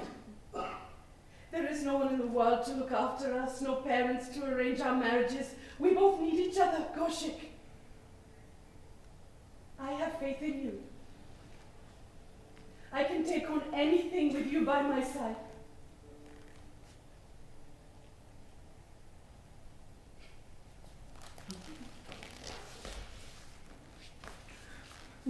Will you marry me? Yes.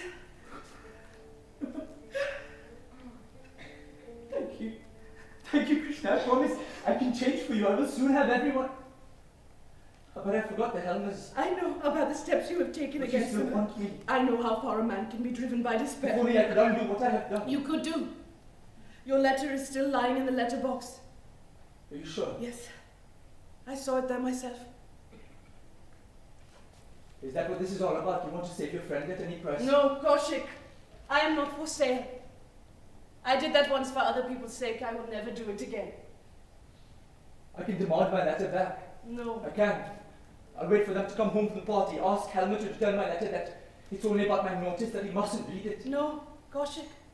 Do not ask for it back. But I thought that was the whole reason you contacted me. That was my first reaction. Yesterday. But now, after all the things I've seen in this house, those two need some honesty. It is impossible with all those lies and deception to have any understanding between them. If you think it's worth the risk. But there is one thing I can't fix. I need to go do it now. You go. I'll meet you back here later. We'll talk more. Yes. I need to see Niru.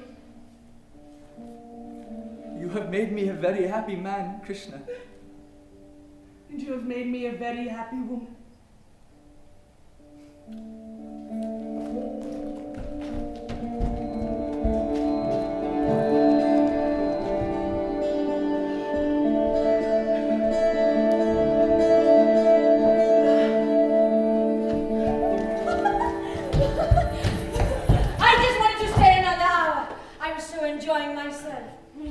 Remember what we agreed? I had such a lovely time. And you danced sublimely. Did you hear their wild applause? Beautiful, almond-eyed goddess dancing for their delight. They loved it. A tremendous success. Oh, Krishna. Oh. Mrs Lahiri. What are you doing here so late? Apologies for disturbing you, but I wanted to see Niru dressed up. Oh, well, take a long, good look, Mrs Lahiri. She is lovely, isn't she? Worth the trip over. Oh, yes. Extraordinarily beautiful. That's what everyone at the party kept telling us, but she is so stubborn, I had to almost force her to come home. Tom, you'll regret not letting me stay. Listen to her, Mrs Lahiri. The fact of the matter is, her Indian courtesan dance was a total triumph. Do you think I was going to let her stay and spoil the effect? No, of course not. I took my charming little dancer on my arm. I took her for a turn around the room, a salam on either side, and then whoo! The beautiful vision disappeared. A glamorous exit, Mrs Lahiri. That's the only way to do it, but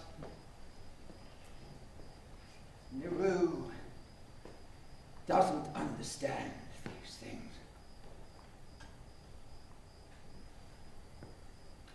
It is rather dark in here, isn't it? Let me fetch some candles. Excuse me. Well, Niru, you must tell your husband everything. I knew it. You have nothing to fear from Das, but you must tell Tom. I won't. Then the letter will reveal everything. Thank you, Krishna. I know what to do now. Well, Mrs Lahiri, have you admired my wife? Yes. And now I will say good night. Oh, really? Goodbye, Niru, darling. And don't be so stubborn. No, you tell her, Mrs Lahiri. Well, good night, Mrs Lahiri. I should walk you home, but it isn't far, is it? I will be fine. Thank you.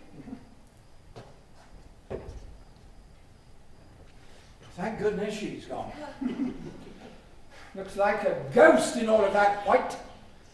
Wasn't that your shawl she was wearing? Yes, I have so many. Tom, are you tired? Not at all. In fact, I feel rather lively. I'm exhausted.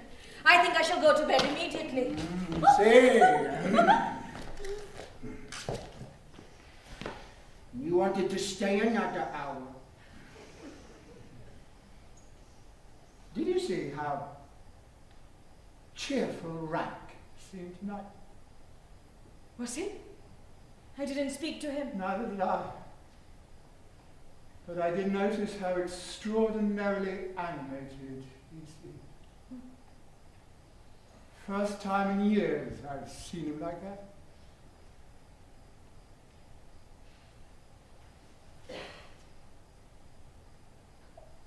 Look at you. My beautiful Niru. Here we are, all by ourselves. You look divine, my princess. My skylark. Tom, don't look at me like that. What am I not allowed to look at my own wife? At my dearest treasure. And all the beauty that belongs to me. You are all mine. Oh. You tease. You still have the Indian court dancer in your blood, I see. And it makes you even more captivating.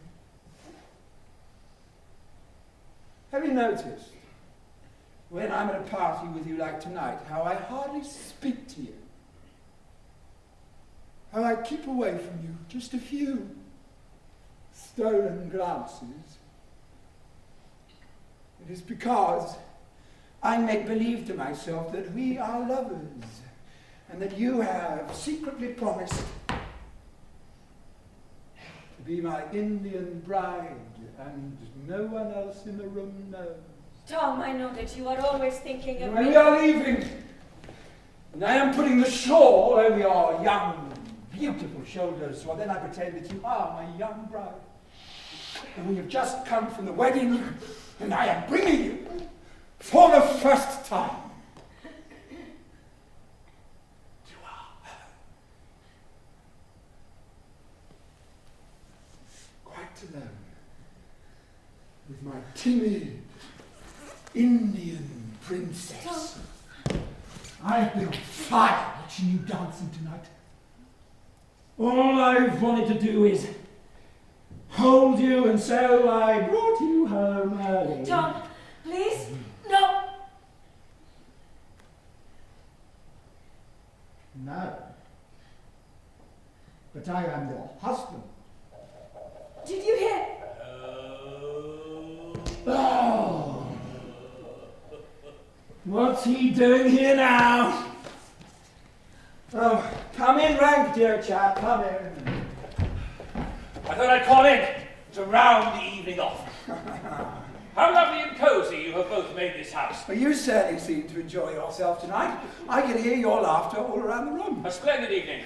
Why shouldn't I enjoy myself whilst there's breath left in me? Life is for enjoying. The champagne certainly helped. I can't believe how much I put away. Tom drank a lot too. Why shouldn't a man be merry after a hard day's work? Excellent champagne. Apparently, MacDonald managed to get a few special cases from France. It's all about contacts. Dr. Rank, didn't you carry out a certain scientific test today? I did. And are congratulations due? A good result for doctor and patient. That is certainty. Certainty. So I thought I should celebrate tonight. I had a very jolly evening. So long as you don't have to pay for it tomorrow. Oh, everything in this life comes at a cost. What shall we go as to the next fancy dress party? Oh, no, typical woman. already thinking about her outfit for the next party. Well, Dr. Rack. You, Niru, should go as an angel. And how do you suggest she dresses for that? Your wife should simply go in her own clothes, just as she is. Oh, well said. And you, Doctor? Oh, I know exactly what I will wear.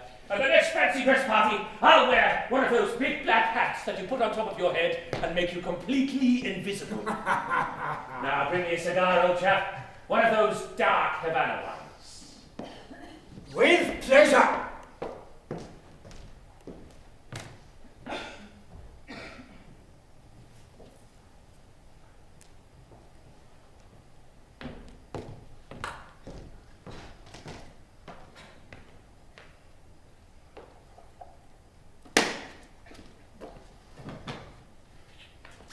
Let me give you a light.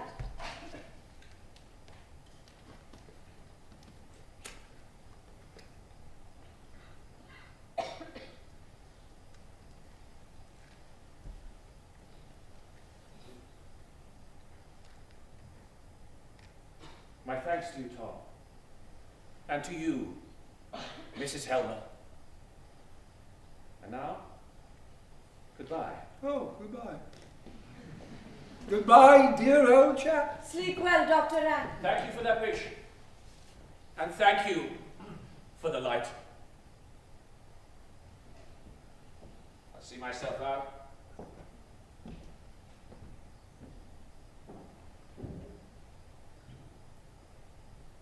He was really quite drunk tonight. Yes. Oh, Tom. I must empty the letterbox. It's quite full.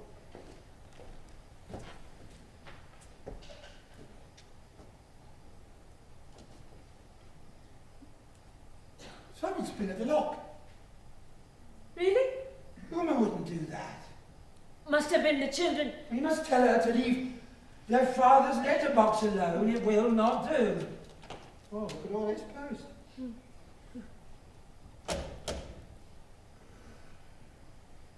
Oh, what's this? 2 calling cards from Dr. Ragg. Oh, how odd. They're at the top. We must have just dropped them in as he was leaving. Look at this. A black cross above his neck. What a morbid thing to do. As if he were proclaiming his own death. That's exactly what he's done. What? He told me that when he found out for sure, he would leave one of his cards with a black cross above his name, lock himself up in his rooms, and die.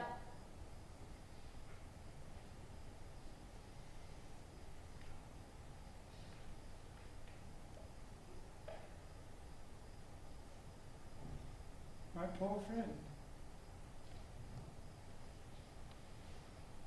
I knew he wasn't long for this world, but lock yourself away like a wounded animal. I suppose when you have to go, it's best to leave without a fuss. He's been so much a part of our lives. I can't imagine him not being here. His dark melancholia and depression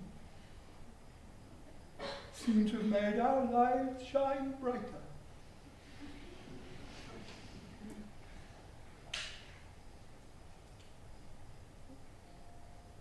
Now it's just the 2 of us.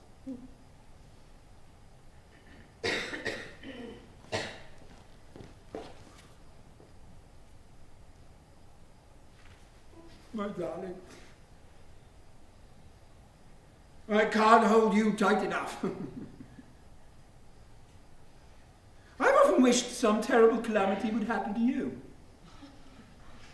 so that I could risk everything of mine to rescue you. Read your letters, Tom. No, I want to be with you tonight. Knowing all the time that your best friend is dying.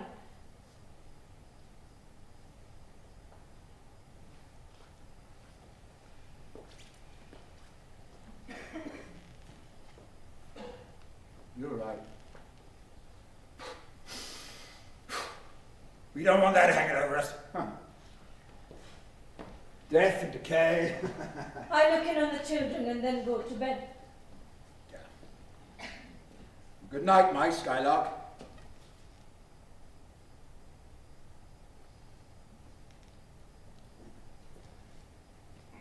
I'll just look through these and then I'll head up.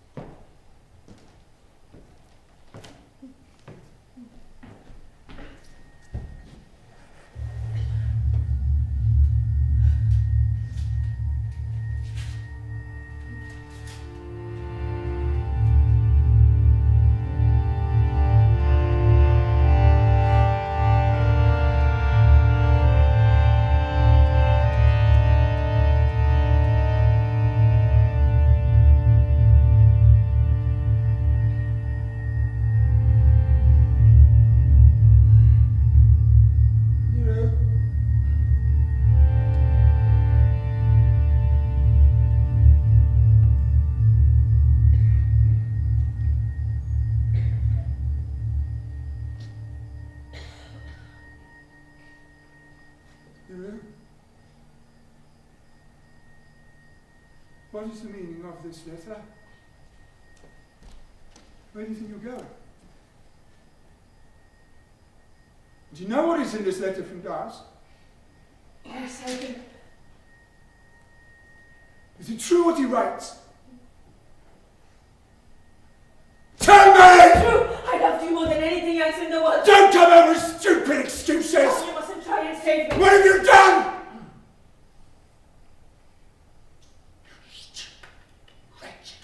It's not your fault, it's my fault. When I have left this world, you will be free. Stop your theatrics! Your father made theatrical speeches like that. You'll stay here and explain yourself. What have you done? Do you understand how awful this is? This will ruin me. I understand. 8 years! This woman, my precious wife, and she's alive.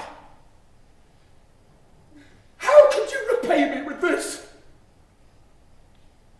A hypocrite, a wicked cheat, worse than a criminal, so sordid and ugly. I should have known something like this would happen. I went against society, against nature, to take you into my home. Against nature? Be quiet! Don't say a word! You have the same blood as your father. His irresponsible, fraudulent ways. I should have known better than to overlook his criminal activities. For you. I did it for you, and yet you're just the same. No religion, no morals. Well, I thought by converting you to Christianity you would change. But there is no changing the ways of the savage heathen. And now this is my reward. You have ruined me, destroyed all my life and my future career. I'm in the clutches of a monstrous, unscrupulous, ill-bred Indian man. He can order me about, and I am helpless. All thanks to a stupid, wretched woman.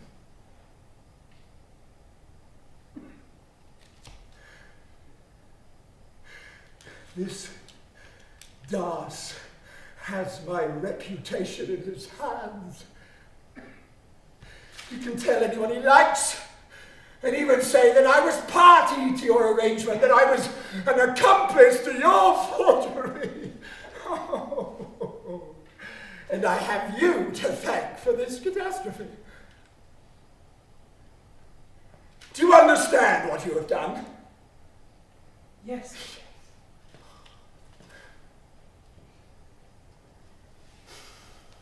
Well, arrangements will have to be made. I'll have to find another way of placating Das. The whole thing must be hushed up at any cost. You will go on living here, And to the eyes of the world, nothing will change because I have my reputation and my honour to deal with, but you cannot be trusted to bring up the children.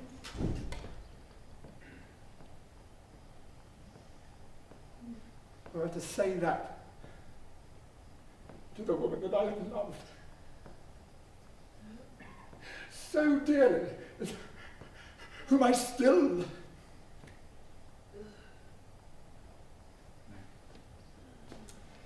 No, that's finished too.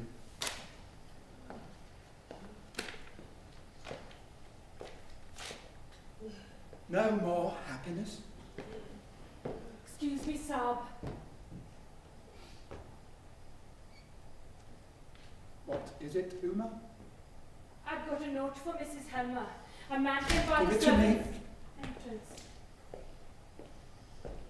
You go to bed. Yes, sir. And shut the door behind you. It's addressed to me. You can't be trusted. It's from him. The scoundrel. I can hardly bear to it. Maybe this is the end for us.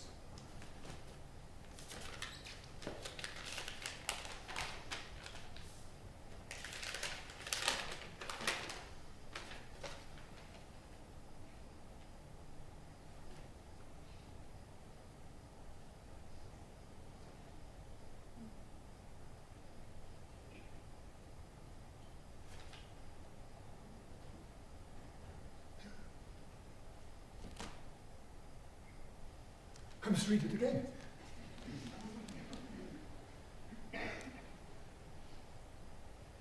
Yes! Yes! It's true, Niru. I am saved, Niru, I am saved. And me? You too, of course, yes. We are both rescued from the clutches of oblivion. He sent back your IOU. He says he's sorry. He apologises. He says his luck is... Oh, what does it matter what the hell he says? The fact of the matter is we are saved, Niru. No one can hurt you now, Niru, no one. First, let's destroy this filthy document.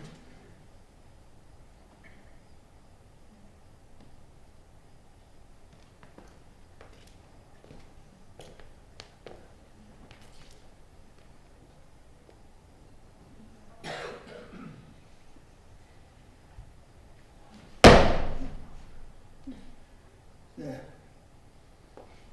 The nightmare is ended. It's finished.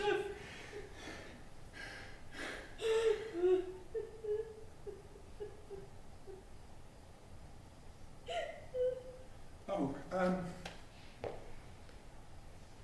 Stas said in his letter that you had known since Christmas Eve.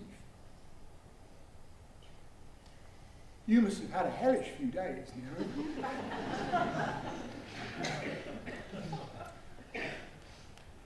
I have struggled hard these 3 days. You must have been through a lot. And the only way out must have seemed... No. Let's forget about the whole sordid affair. Let's celebrate and say that it's over. It's done with. Why do you look so stern, Niru? Oh, my poor little Niru. You can't believe your luck, can you? You can't believe that I have forgiven you. But I have, Niru, I have forgiven you completely. I know you did it because you love me.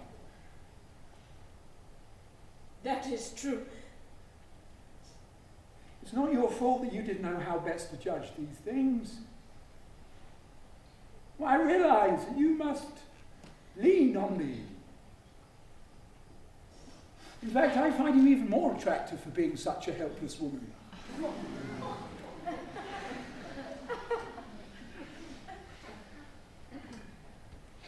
mustn't mind the hard things I said just now in the heat of the moment. When things were falling about my ears. I forgive you, Niru. I swear it.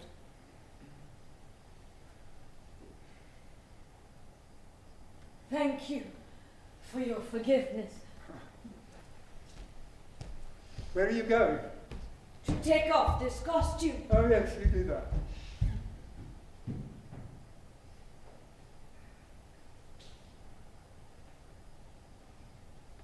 You do that.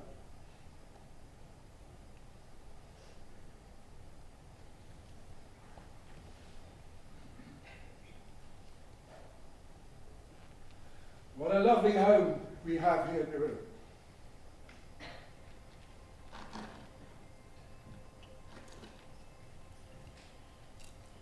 And I will take good care of you, my pretty Indian princess.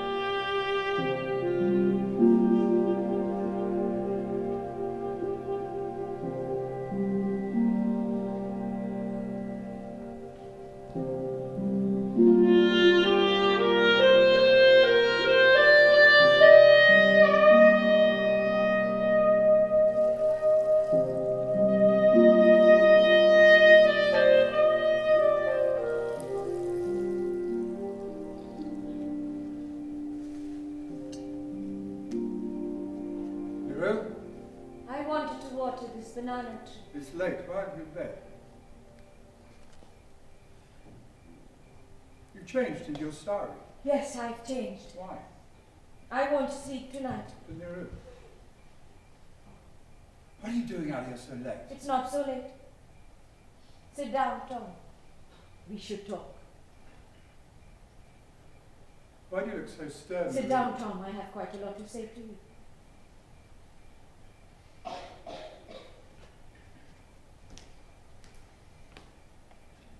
You're scaring me. I don't understand. That's just it. You don't understand me. And I have never understood you. That is, not until tonight. I'll sit here. Funny this, isn't it? In all the time we've been together, this is the first time we've ever sat together as man and woman and had a serious chat. Well, that depends on what you mean by serious. For 8 years, even before that, we've never had one serious exchange. I didn't want to worry you with the things you couldn't help me with. I've been wronged, Tom. First by my Baba, and then by you. By the two people who have loved you the most. You never loved me. You only liked the idea of being in love with me. What are you talking about? When I was growing up, Baba would tell me what he thought, his views, and then I copied him. And if I felt differently, I kept my silence because he wouldn't approve. He used to call me his puttu, his dog. And he played with me the way I used to play with my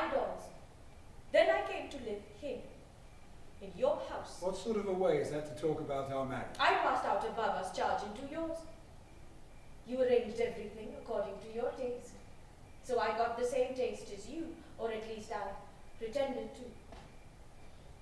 When I look back on it, I feel like a clown, existing only for your entertainment. You wanted it like that. You have sinned against me. It is your fault. I have nothing to show for my life. That is a terrible, ungrateful thing to say. Aren't you happy here? No. Not happy? Maybe merry. And you have been kind to me, but our home is more of a playroom. I am your dog wife, just as I was Baba's dog child before, and the children are my dogs. There is some truth, I suppose, in what you're saying. Exaggerated, I have to say. From now on, things will be different. Playtime is over. Now comes a time for classes. Whose classes? Mine or the children? Why, yours, Niru. And the children's. You are not the person to teach me to be a good wife. And I cannot teach the children. Didn't you just say I wasn't to be trusted to bring up the children? That was in the heat of my anguish. The letter from Das. I was distraught. I think you were right. I'm not the woman for the job. I must educate myself, and I must do this on my own terms, which is why I am leaving you. What? If I am to learn anything, I have to learn to stand on my own feet. That is why I am leaving this house. But Niru, I am sure Krishna will give me a bed for the night. you're mad. I won't let you go. I command you to stay. You can't command me to do anything. I'm taking my own personal belongings. I don't want anything of yours, either now or at a future date. This is ludicrous. Tomorrow I will go to Darjeeling. Baba's house is still there. I will find something to do there. What experience do you have? I will get experience. You will leave your home, your husband, and your children. But don't you care what people will say? I don't care. Well, you can't neglect your most sacred duty. Your duty to me and to the children. My most sacred duty is to myself. You're a wife and a mother. That is your duty to God. Tom, when I married you, I converted. But even before that, I only followed my father's religion. I don't really know if I do believe in God. I have to find that out for myself. This is incredible talk coming from a young woman. What about morals, then? Morals? I'm a bit confused about that. I think we have different views on that.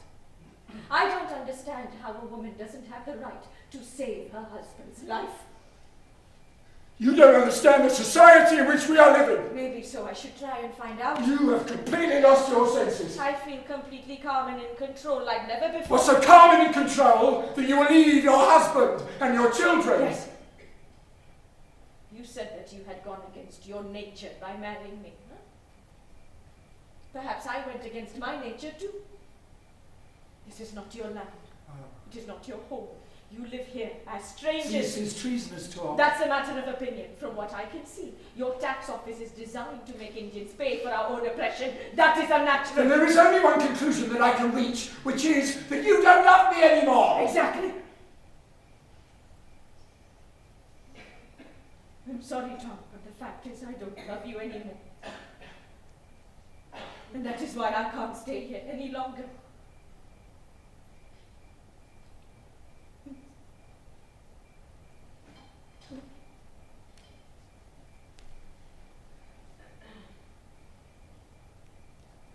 How did I forfeit your love? It was tonight, when the miracle didn't happen. And I realized you weren't the man I thought you were. All the time Das's letter was lying there. It never occurred to me that you would submit to that man's conditions. I was convinced that you would take it all on yourself, say that you were the guilty one. You don't really think I would have let you make that sacrifice for me? To prevent that, I was ready to take my own life. I would work day and night for you. But no man can sacrifice his honor, not even for those he loves.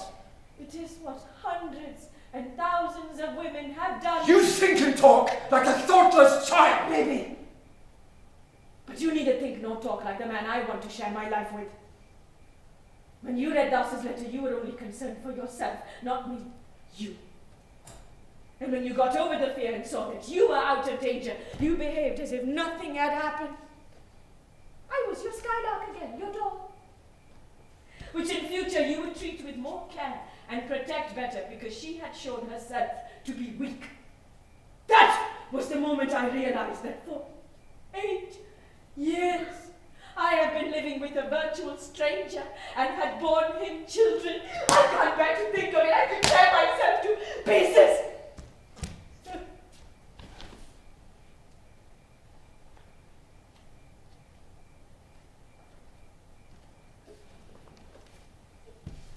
Is there no way of building a bridge between us? From now on, I am your wife to you. I can change. Perhaps if you had your doll taken away from you. No, I can't be separated from you, Niru. It is unthinkable. I'm going now. No, wait till morning. I can't spend another night in a stranger's room. I know the children are in better hands than with me. Umadi will take good care of them. Niru, someday you'll come back. I don't know how things will work out. But you are still my wife!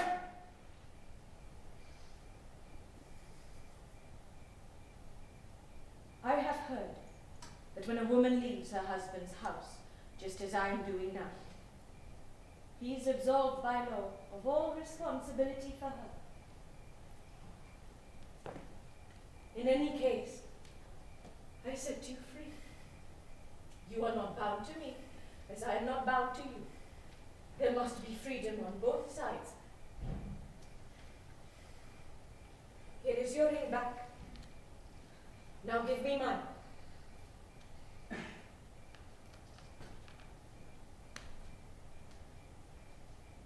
That too? Yes.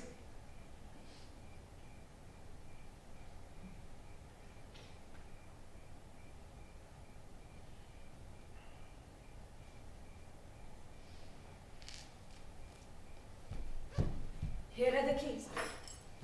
Umadi knows where everything is in the house better than I do. Krishna will come in the morning to pick up a few things I brought from home. Is this the end, Niru? Will you never think of me again? I'm sure I will think of you. And the children. And this house too. Can I at least write to you? No. But surely I can send you some No, money. nothing. What if you need help? I said no, I don't accept things from strangers.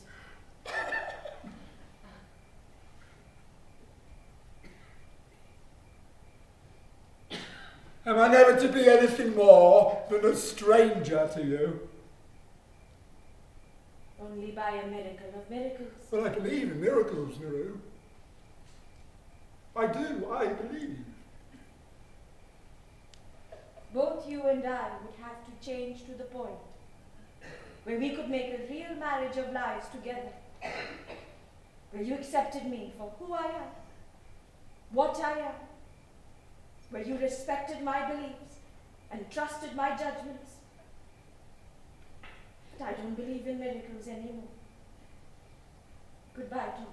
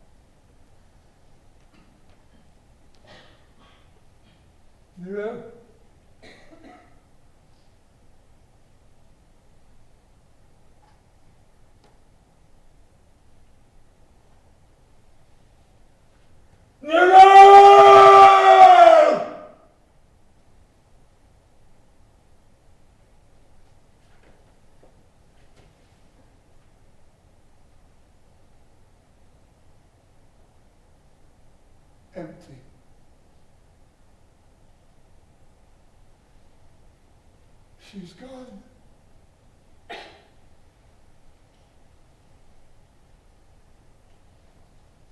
Miracle of miracles.